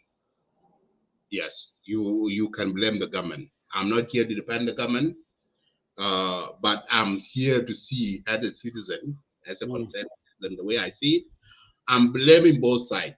Okay, I should not be putting my opinion to this. Doing an interview, but as, No, it's okay. It's okay. You are entitled. You are entitled, Medit. Don't worry. as a Listen, concerned we citizen, agree I to disagree. I don't have any problem for you blaming putting both sides, your opinion. both government and opposition. So you opposition are the problem in South Sudan because if you need right now, it's a time for peace. Let's give a peace a shot. Let us all go back to South Sudan. I love that. Yeah. Let go in and let it start working. Even me, I'm not interested in getting a position in the government. I love to go to my own village and do farm work. Okay, that's what I like. So that's what I want, and I can help them the way you can do it different. You and I, Jongkor, we are in the United States, and you know America was built on the middle class, working people. It's not built by the rich people. That's what the core value of America is, the middle class. And where are the middle class coming from? They're coming from the working families. If there's that knowledge, experience that we get here in the United States and use it, apply to our own country, we will make South Sudan as the greatest country in East Africa or in Africa as a whole. So My brother, from now, yeah, my brother, go Medit, you may have a good faith. As I can see, you may have a good faith that actually middle class is built by people like me and you. That's what you want. That's what you want to see. But those who are in charge, they don't have good faith that actually we can go and contribute in the country. And let me tell you that you said that America keep borrowing money. Actually, they don't borrow from China. They borrow against their national debt. You know, they put it, they print more money and they continue doing that. But they will pay it. They will pay it. And when you say that America keep borrowing money, yes, they borrow money. But what do they do with the money that they borrow? That's a good question. What they do with the money that they borrow? You know that they talk about the bridges. They talk about building bridges, and they do. They talk about constructing the highways, right? They talk about, they help the education system. They give money for financial aid. You know that, in school, because those who cannot afford, colleges, they go and take a grant and they get paid, right? And they go to college and they study. And tomorrow they will do something in the country. They will get a job. Yes. So borrowing money with the purpose of benefiting the nation of citizen, it's not a problem. And that's why no citizen in America, they talk about it, but they have never complained because this money the government borrow is for their interest. They build roads, as I said, they build hospitals, they build schools, they do more. There is non-profit organization, they do welfare to the people. The low income, they give them food stamp, right? They give them Medicaid, the insurance, so life can go with ordinary people. Unlike our manipulators, they borrow money to put in their pocket. So there is no contrast between borrowing here and borrowing there at all, right? And I said you have a good face when you say that actually we need to go and contribute. Yes, you have a good face. I believe so. We need to go and contribute. But do those who are in charge accept the third opinion that actually you have failed, you have did it this, you have did it wrong, and we wanted to do this so people of the country can benefit? They don't have that idea. They don't want that. They are fearful from ideas. As I told you from the beginning, ideas are so powerful, they will change people. These people, they just want followers. Those of President Kiir, they need followers. They don't need people with ideas. They don't need people to debate ideas because debating ideas, that's what changed the country. But you cannot have followers always. We need somebody who is in charge, who will change the mentality of followers from being a follower, okay, to someone who is creative, to someone who will be self-independent. But they don't want to do that. They want to be in charge And then somebody can have a lot of people in his house, relatives, okay, and people can follow. Oh, Wallah is very powerful. They don't aspire people to change, to become leaders. And that's what we reject because they have failed. Why would we allow such a people, to be in control of our country? And we have a brilliant minds that actually South Sudan can be a desirable place to live. South Sudan can have a great GDP. South Sudan can have maybe 2 point something percent employment. Now you talk about middle class. How middle class can come to the country? Okay, if a country choose to stabilize security, now you did not want even to do the security arrangement in the country so the country can be stabilized. When the country is stable, and when you are investing as a country, because there are big project that actually government do, like building a dam. It's not going to be a private sector, or it's not going to be an ordinary citizen doing that. When you build a dam, and now you have an energy in the country, and you have security and energy. When you have security, you have energy, the investors will come because somebody will bring a big machineries, and he doesn't want to be blown out by RBG or something like that. Okay, they will come and set up their companies, and that company actually will employ people.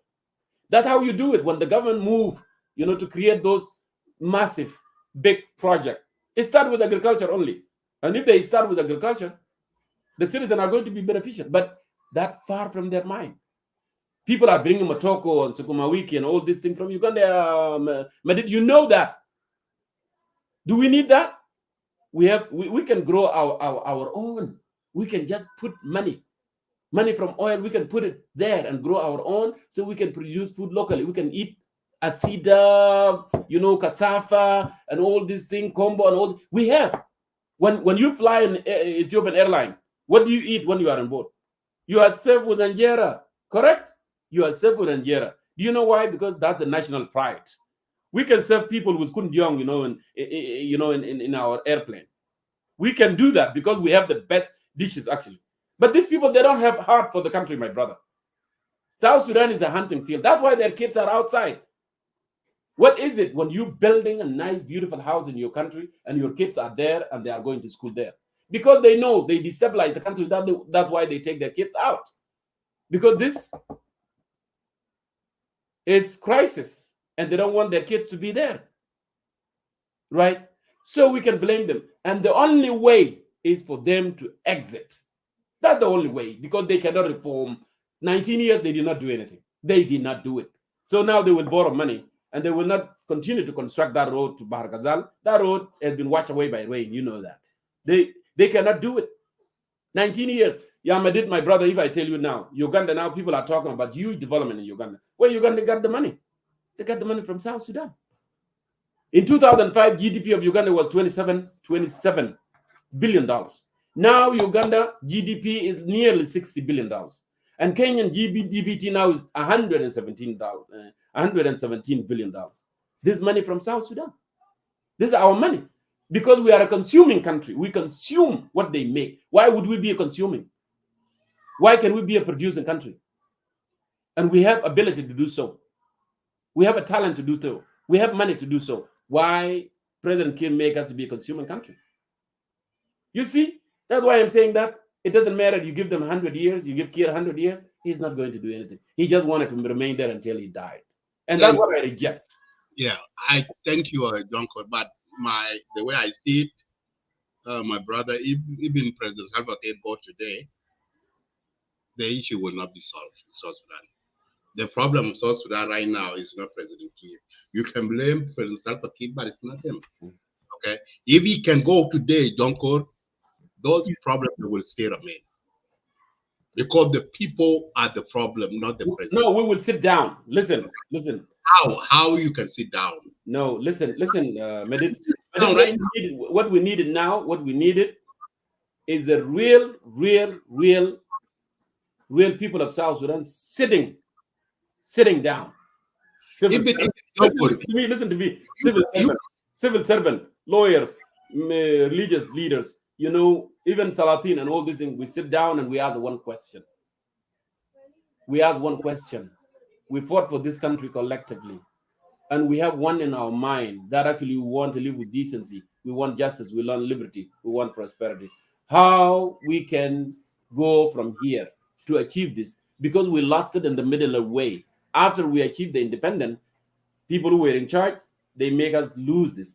Now we came back and we sit in the table. What can we do from here? How can we achieve it? And then ideas will emerge. Listen, idea will emerge from the lawyer, from religious leaders, from ordinary citizens. The ideas will emerge. With that ideas, we are going to say, okay, how we can write our constitution right this way. What kind of government we need this way? What kind of economy we need it this way? Because we fail, and because from that failure, we need to learn. And then set up a strong foundation from there and have a new beginning. But we cannot have a new beginning when they are resisting ideas. We cannot have a new beginning when they are saying, no, you are not welcome and your ideas are not accepted. Or in Tamakunta, you were not there. This guy is the one that fought for this country and you were in Khartoum and you were whatever. And that's not going to take us anywhere. When we accept mistake that happened in the past and we sit down and say, okay, mistake has been committed, but let's sit down and how we can move on from here. That South Sudan can have a right footstep, and then from there form what's so-called the government that actually going to write the constitution, the government going to do the census, the government going to draw a line, even the border, the government that going to prepare for election. And those who are in that government will not be running for the next coming election. Their job to avoid the conflict of interest, to avoid any corruption in the future. Just government of its specific mandate to do that work and compete election and then hand the power over to a new elected. That's how we can have a new beginning. Don't tell me that sign a peace here with Malone, sign a peace with Pagan, sign a peace with this, sign a peace with this. It's not going to solve anything. They are going to be assimilated and they are going to be given a position, and we are going to have the same serious, the same. It's not going to go anywhere. We got to address the issue from the root cause. Right. And also to Jongkor, and that's why I'm saying that you blaming President Salva Kiir. It's been with him, the opposition. You are calling for a roundtable discussion. Even in opposition, you guys are not sitting down in the same table. Okay, you are not, and that's why I'm saying that the issue of South Sudan is not only Salva Kiir. You guys, the opposition, are divided themselves. Okay, this is the use. Abraham, Yeah. Listen to me, my brother. I already tried to explain to you. There is a man in charge. There is a government, and when there is a government in charge, that government, it can make this work. You know the issues that we have in oppositions. You know what are they? Because there are people bitter with the way that they have been treated. Okay, and the way that they have been treated, they have seen, instead of focusing on the national agenda of the country, they have become focused on the agenda of the communities. And you know my stand on that. And that's why I said that if you are focusing on the agenda of the community, and then that's not going to solve any problem. Now, if I am in charge, if I am a president, if I am in charge, okay, the plan that I explained to you, that what needed to be put in place. And if we put that plan in place, and everybody, we need to hear from everybody. My brother, Dr. Jongkor, said what to Ali Osman Amataha in Khartoum. He said, let's make unity attractive. Let's make unity attractive. What do you mean making unity attractive?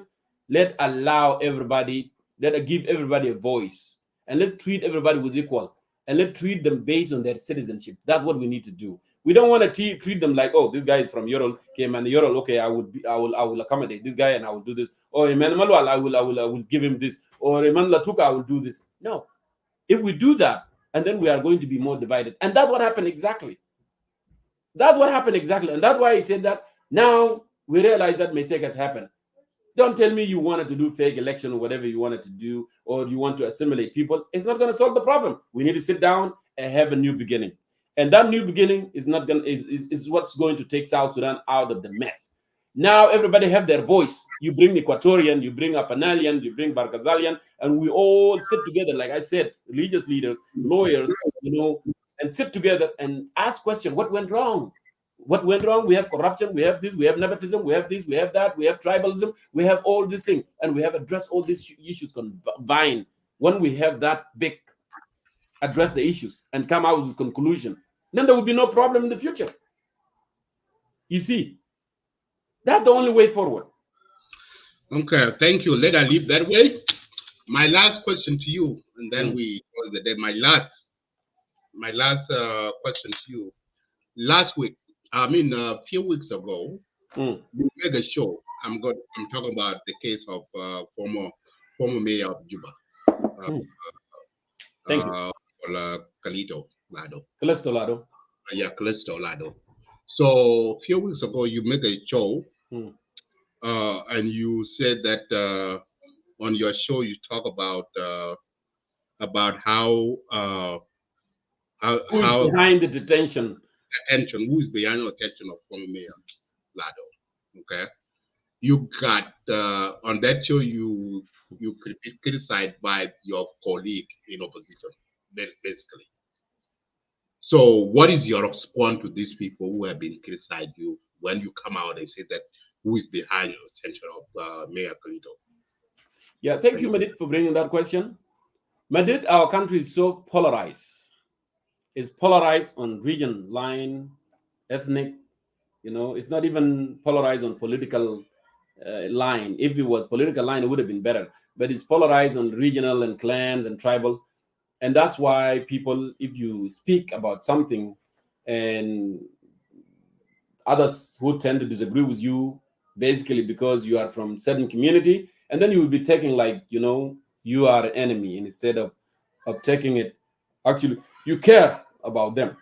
Yes, I did talk, and I will not change even my position in that regard when I mentioned that actually who is behind the detention of the former mayor of Juba City, Calestolado.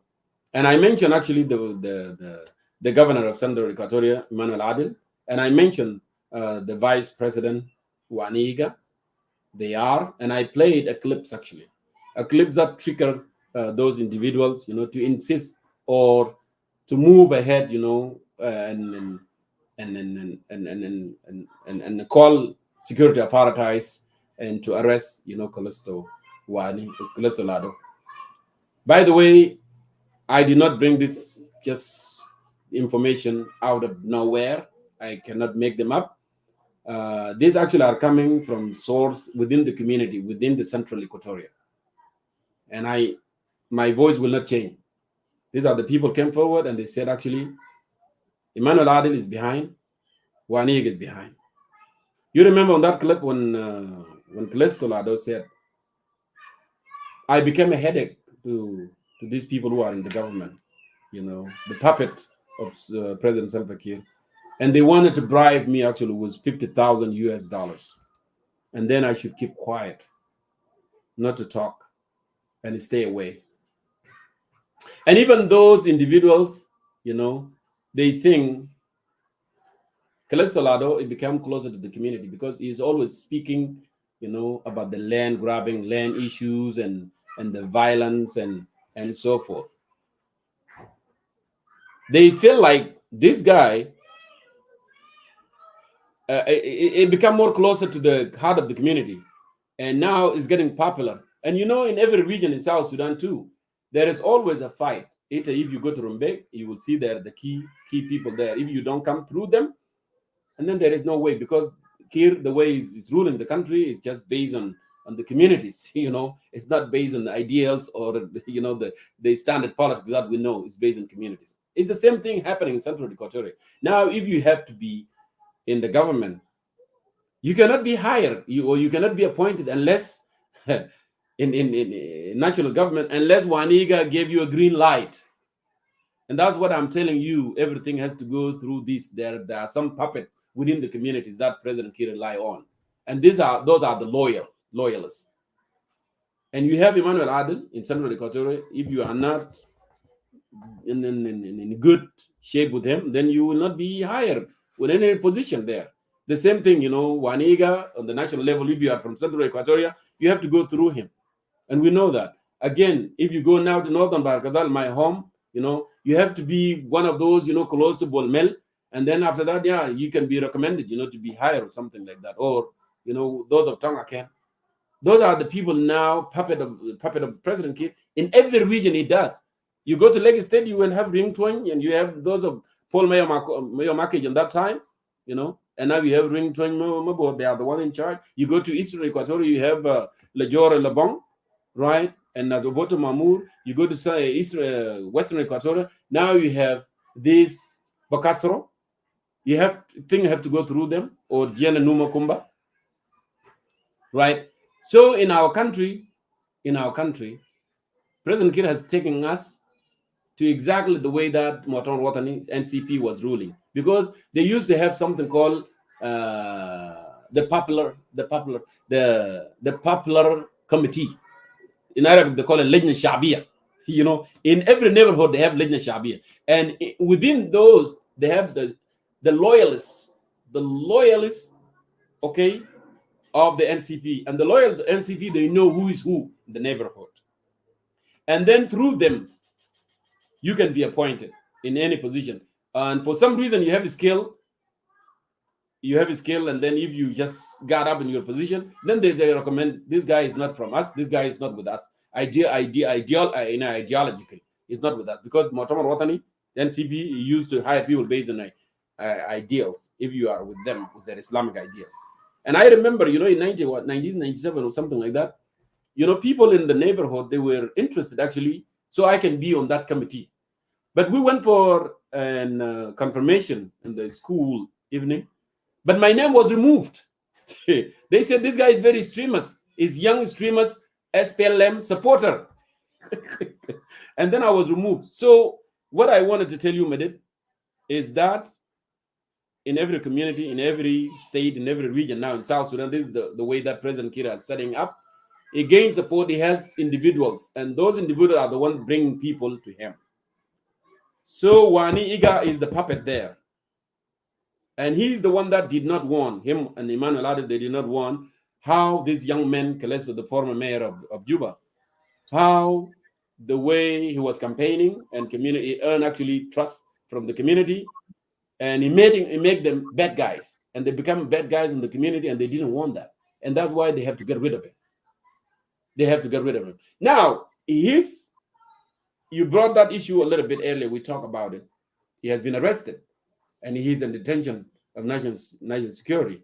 And that's why I was telling you that there is no freedom of expression in South Sudan, even though if I committed a crime. Let's say, I have, you said that hateful speeches, right?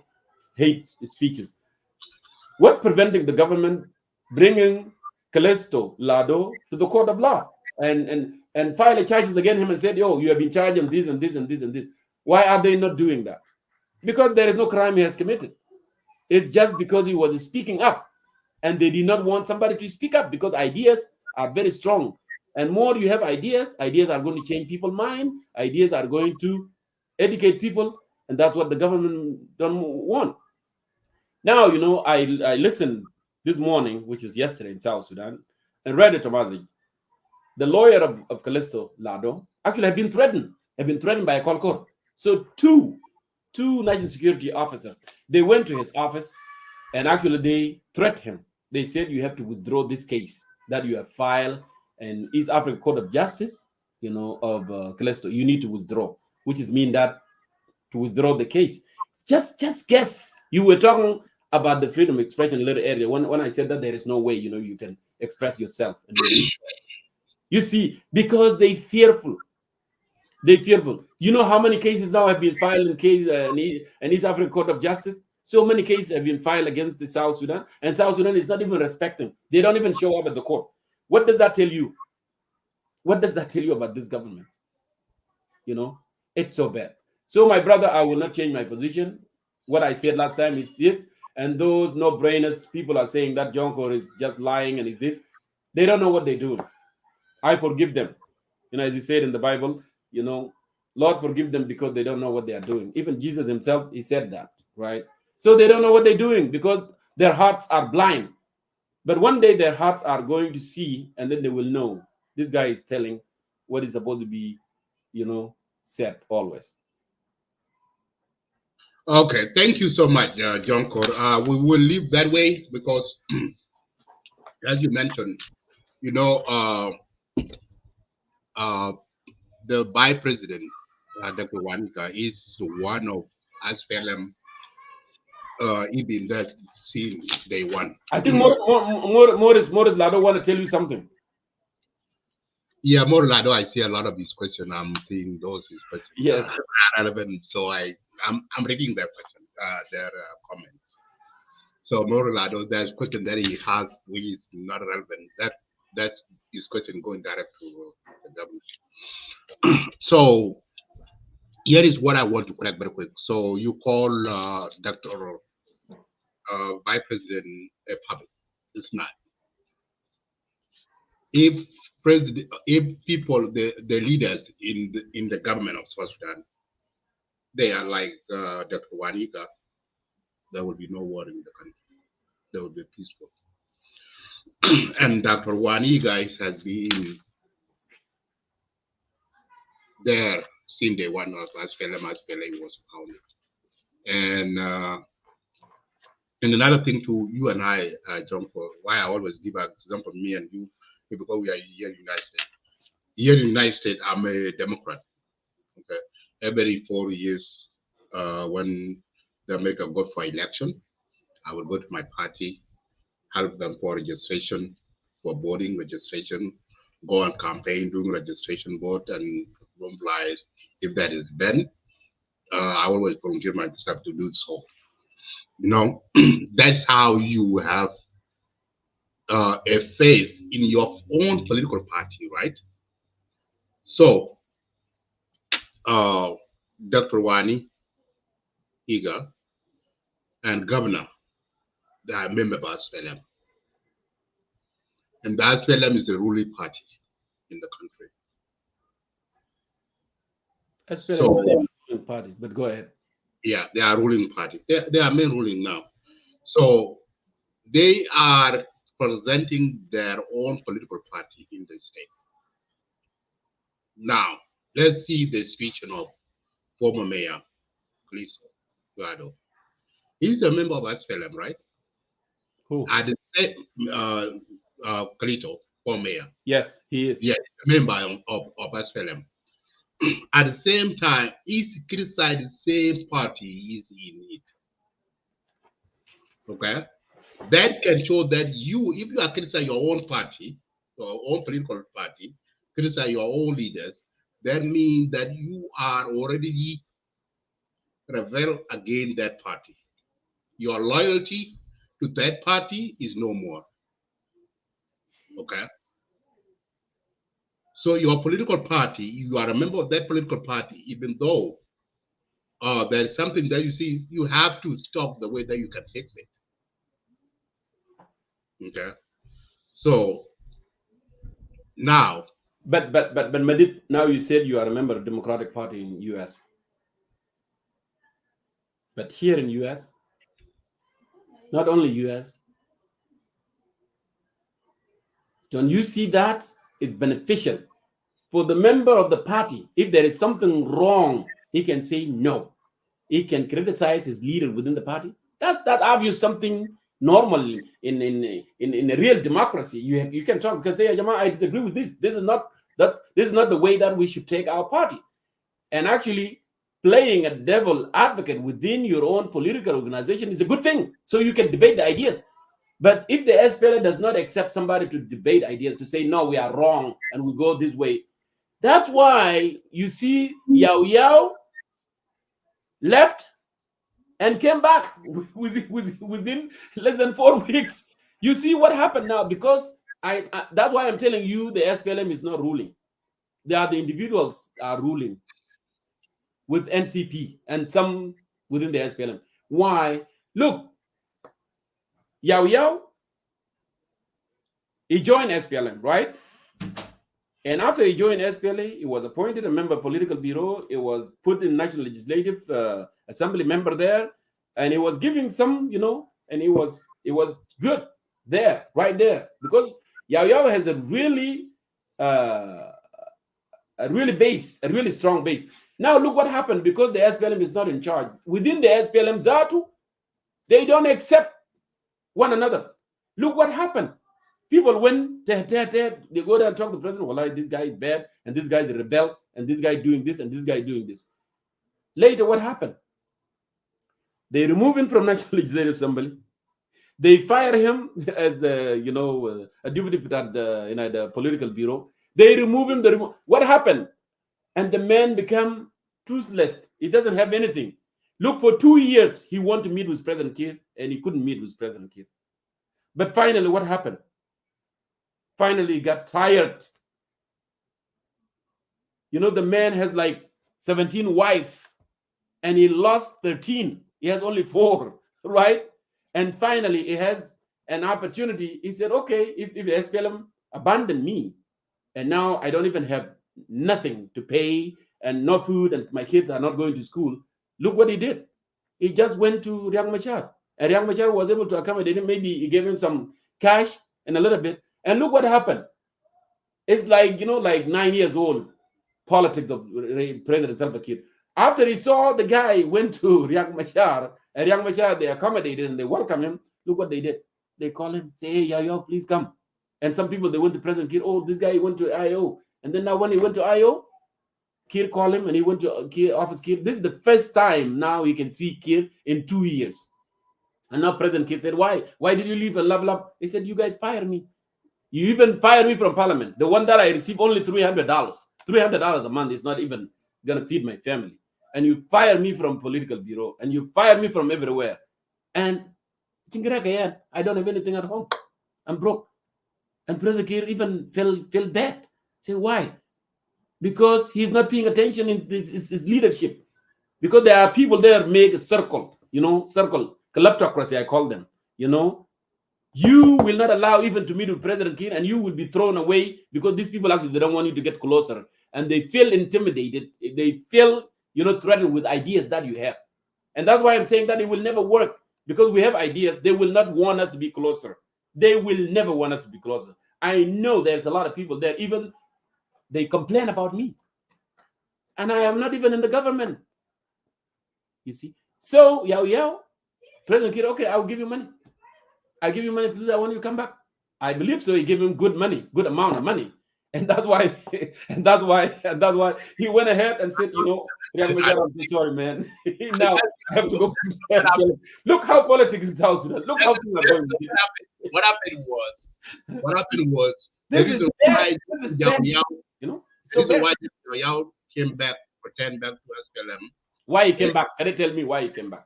It's because of his community. His community? His community, yeah.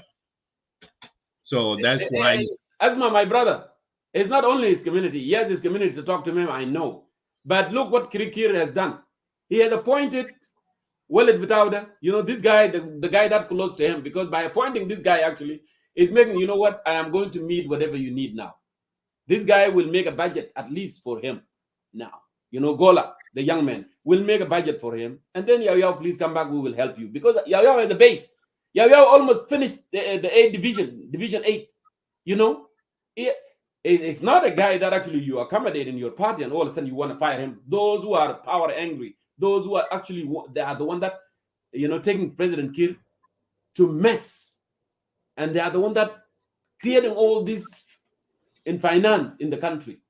They are the one that actually try to fire him, because if they don't want you, they see you a threat, they will do what it takes for you to get out there, to take you out there.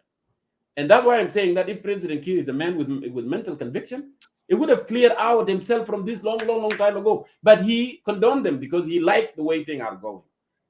And case of Yao is speak to itself. It speak to yourself, Brother Madid. These people are deformed to be reformed. The only way for them to exit and allow South Sudanese who love the country actually, to have an opportunity to do something for the people who are begging on the road, who are dying from diseases, and they are dining and they are traveling, taking a special jet. President is traveling all over. Look now how image of our president in the region become. Look what Paul Kagame is saying about him. Look what President Kiir, when he went to Arusha to give his speech. Look how he cannot differentiate between president of Rwanda and president of Tanzania, and president of DRC and president of Uganda. What is that, my brother Medit? And Constitution say that and those are to become a president, you have to be sound-minded, physically and mentally fit. And these the problem. Those are, some of them are not true. Jongkor, because even the comment that the Well, president. you watch the live. No, no, You watch the clip of the president, no, right? those comment, those video, that video that President Kagame said is not good for President. I do respect that, Do you want me to tell you? Do you and want I me to tell me? approve, and I approve, Do you want me to and tell you why I Paul Kagame spoke like that? President Salva Kiir, but the opposition that take it in the No, no, wrong. no. Do you want to tell me? I can tell you why Paul Kagame spoke like that. Do you know Why? why? You remember when President Kiir went to DRC, Uh-huh. right?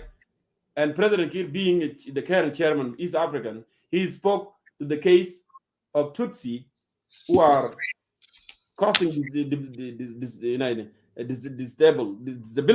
in the Eastern Congo. He spoke that how peace is so necessarily and the region, and how Rwanda need, to cope up with this, and how Rwanda need to talk to those Tutsi.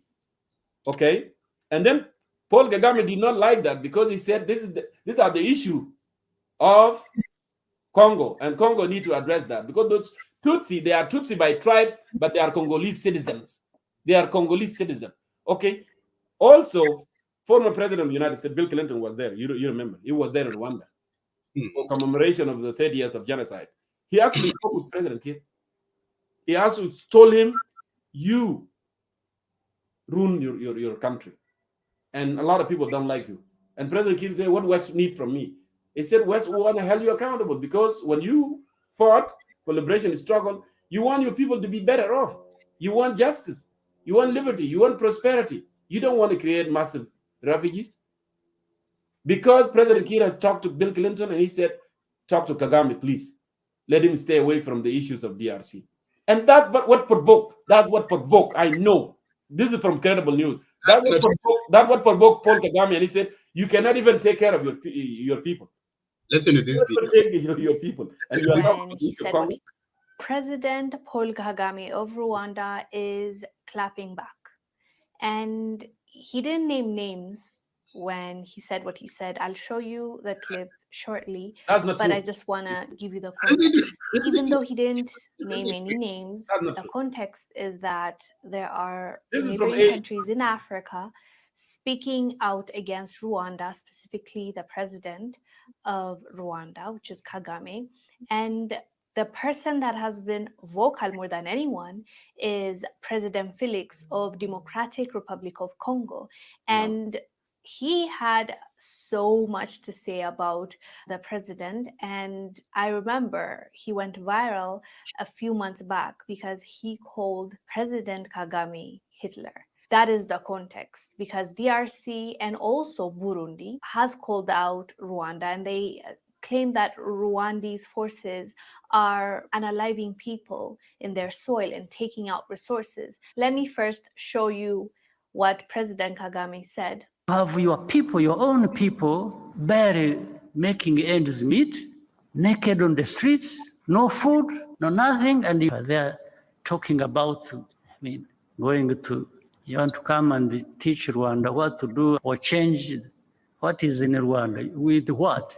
For them, once the pocket is full, for them, the rest of the country, their own people can go to hell. That's what we see around. Instead of thinking of changing what is in Rwanda, why don't you change what is in your own country? First of all, that is not correct. Secondly, it is even impossible for you to do. He made one statement that can apply to many leaders in this world, and that is, once their pocket is full, their people can go to hell. What he meant by that is that they don't care about what the people that voted them in, what happens to them. They don't care. They don't care if they're starving. They don't care if there's drought. They don't care if there's famine. They don't care if there's war. They don't care if there's conflict. As long as they get paid, they get their huge chunk that was promised to them by fill in the blanks, either a foreign multinational company or a government or even their own friends and family members. They don't care what happens to the people. And that is mainly what the issue is. That is why Africa is not where it should be, because people like this keep selling us out. People like this keep putting us down just so they can fill their pockets. And that is true for many, many, many leaders. And that is the reason why most of these nations can get away by stealing from us our resources. That is precisely why, because they only need to pay a few people to get away with it. So that is a point that is true, and these leaders need to be checked.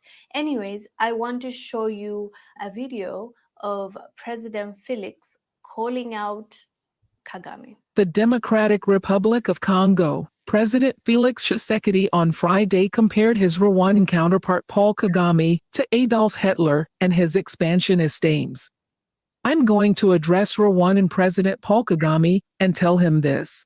Since he wanted to behave like Adolf Hitler by having expansionist aims in the DRC, I promise to end up like Adolf Hitler, declared Felix Tshisekedi to applause from the crowd at a rally in Bukavu, capital of South Kivu. Along with North Kivu and Ituri, South Kivu is one of the eastern provinces of the DRC that has been plagued for almost 30 years by the violence of armed groups, many of them inherited from the wars that bloodied. Okay. That voice actually was artificial, but I can assure you, Madid, Paul Kagame was speaking about South Sudan. No, because South Sudan leader currently is the chairperson of East African Community. And actually, it came in a time that actually President Kenya has visited Rwanda, it visited Congo, and visited that country, Angola, and the Great Lakes, when he was talking about the peace in the Great Lake. And that's why actually this statement came out. How you be talking about the peace in your country? Ahead. There's no peace in your country. No, the statement has come out a month before President Salva Kiir visited the country. So that's why, because this statement has come out a month before. Okay, so that's why. So anyway, so that's what part of it. So we reached like 2 hours of the show. This was a productive show. Thank you, Jongkor, for coming to Lake State Media. This is. Let me say finally, I wanted to say this to the people of South Sudan. As I spoke, Brother Madid, I really appreciate you for bringing me here and to speak on issues of UCC, our former leader of UCC resigning. Like I said, we have nothing against him. We appreciate, Dengdit, the time that he has spent with the United Citizens for Change.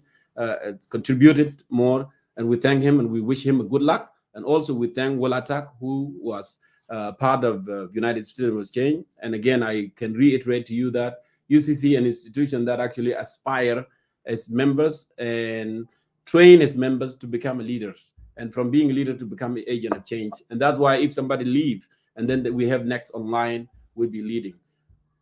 The point that I was made regarding to our country would be able to see the light of the end of the tunnel if this current regime, departed, from the power, because they are deformed to be reformed. There is nothing they can do at this moment.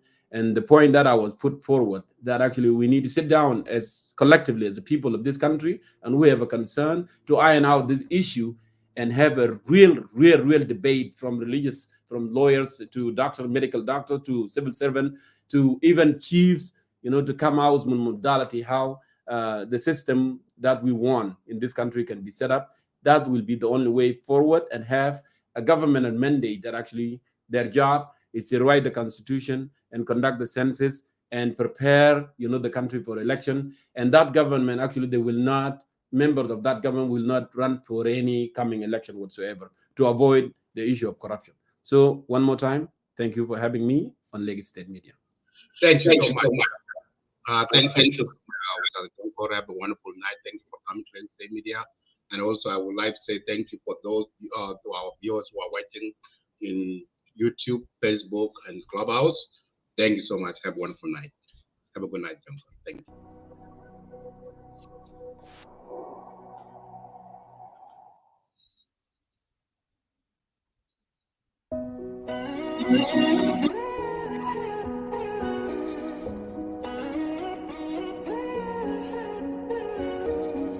You say we are free. I need a list to give you more, you better. It's all. You say we are free. And in a special Moyo was gone. Ayan, Jana Junubi Ayan. Mafi gurus, kisim giwasha shedi. Oh, Jian, Jana Junubi Jian. Was to be late, Omakulu Elefadur. Anataban, since 2011, Ladiasa, same level today. Anataban, 21 years, fighting freedom, and we are fighting ourselves today. No one is safe on Emily Road. No one is safe on Juba to Terekeka Road. Oh. Dead bodies recovered on the river nights. Only God knows when the killers will be found. Oh no. Land grabbers everywhere, the youth are dying on the streets. We were finished from the bullets of the unknown gunmen and cattle raiders.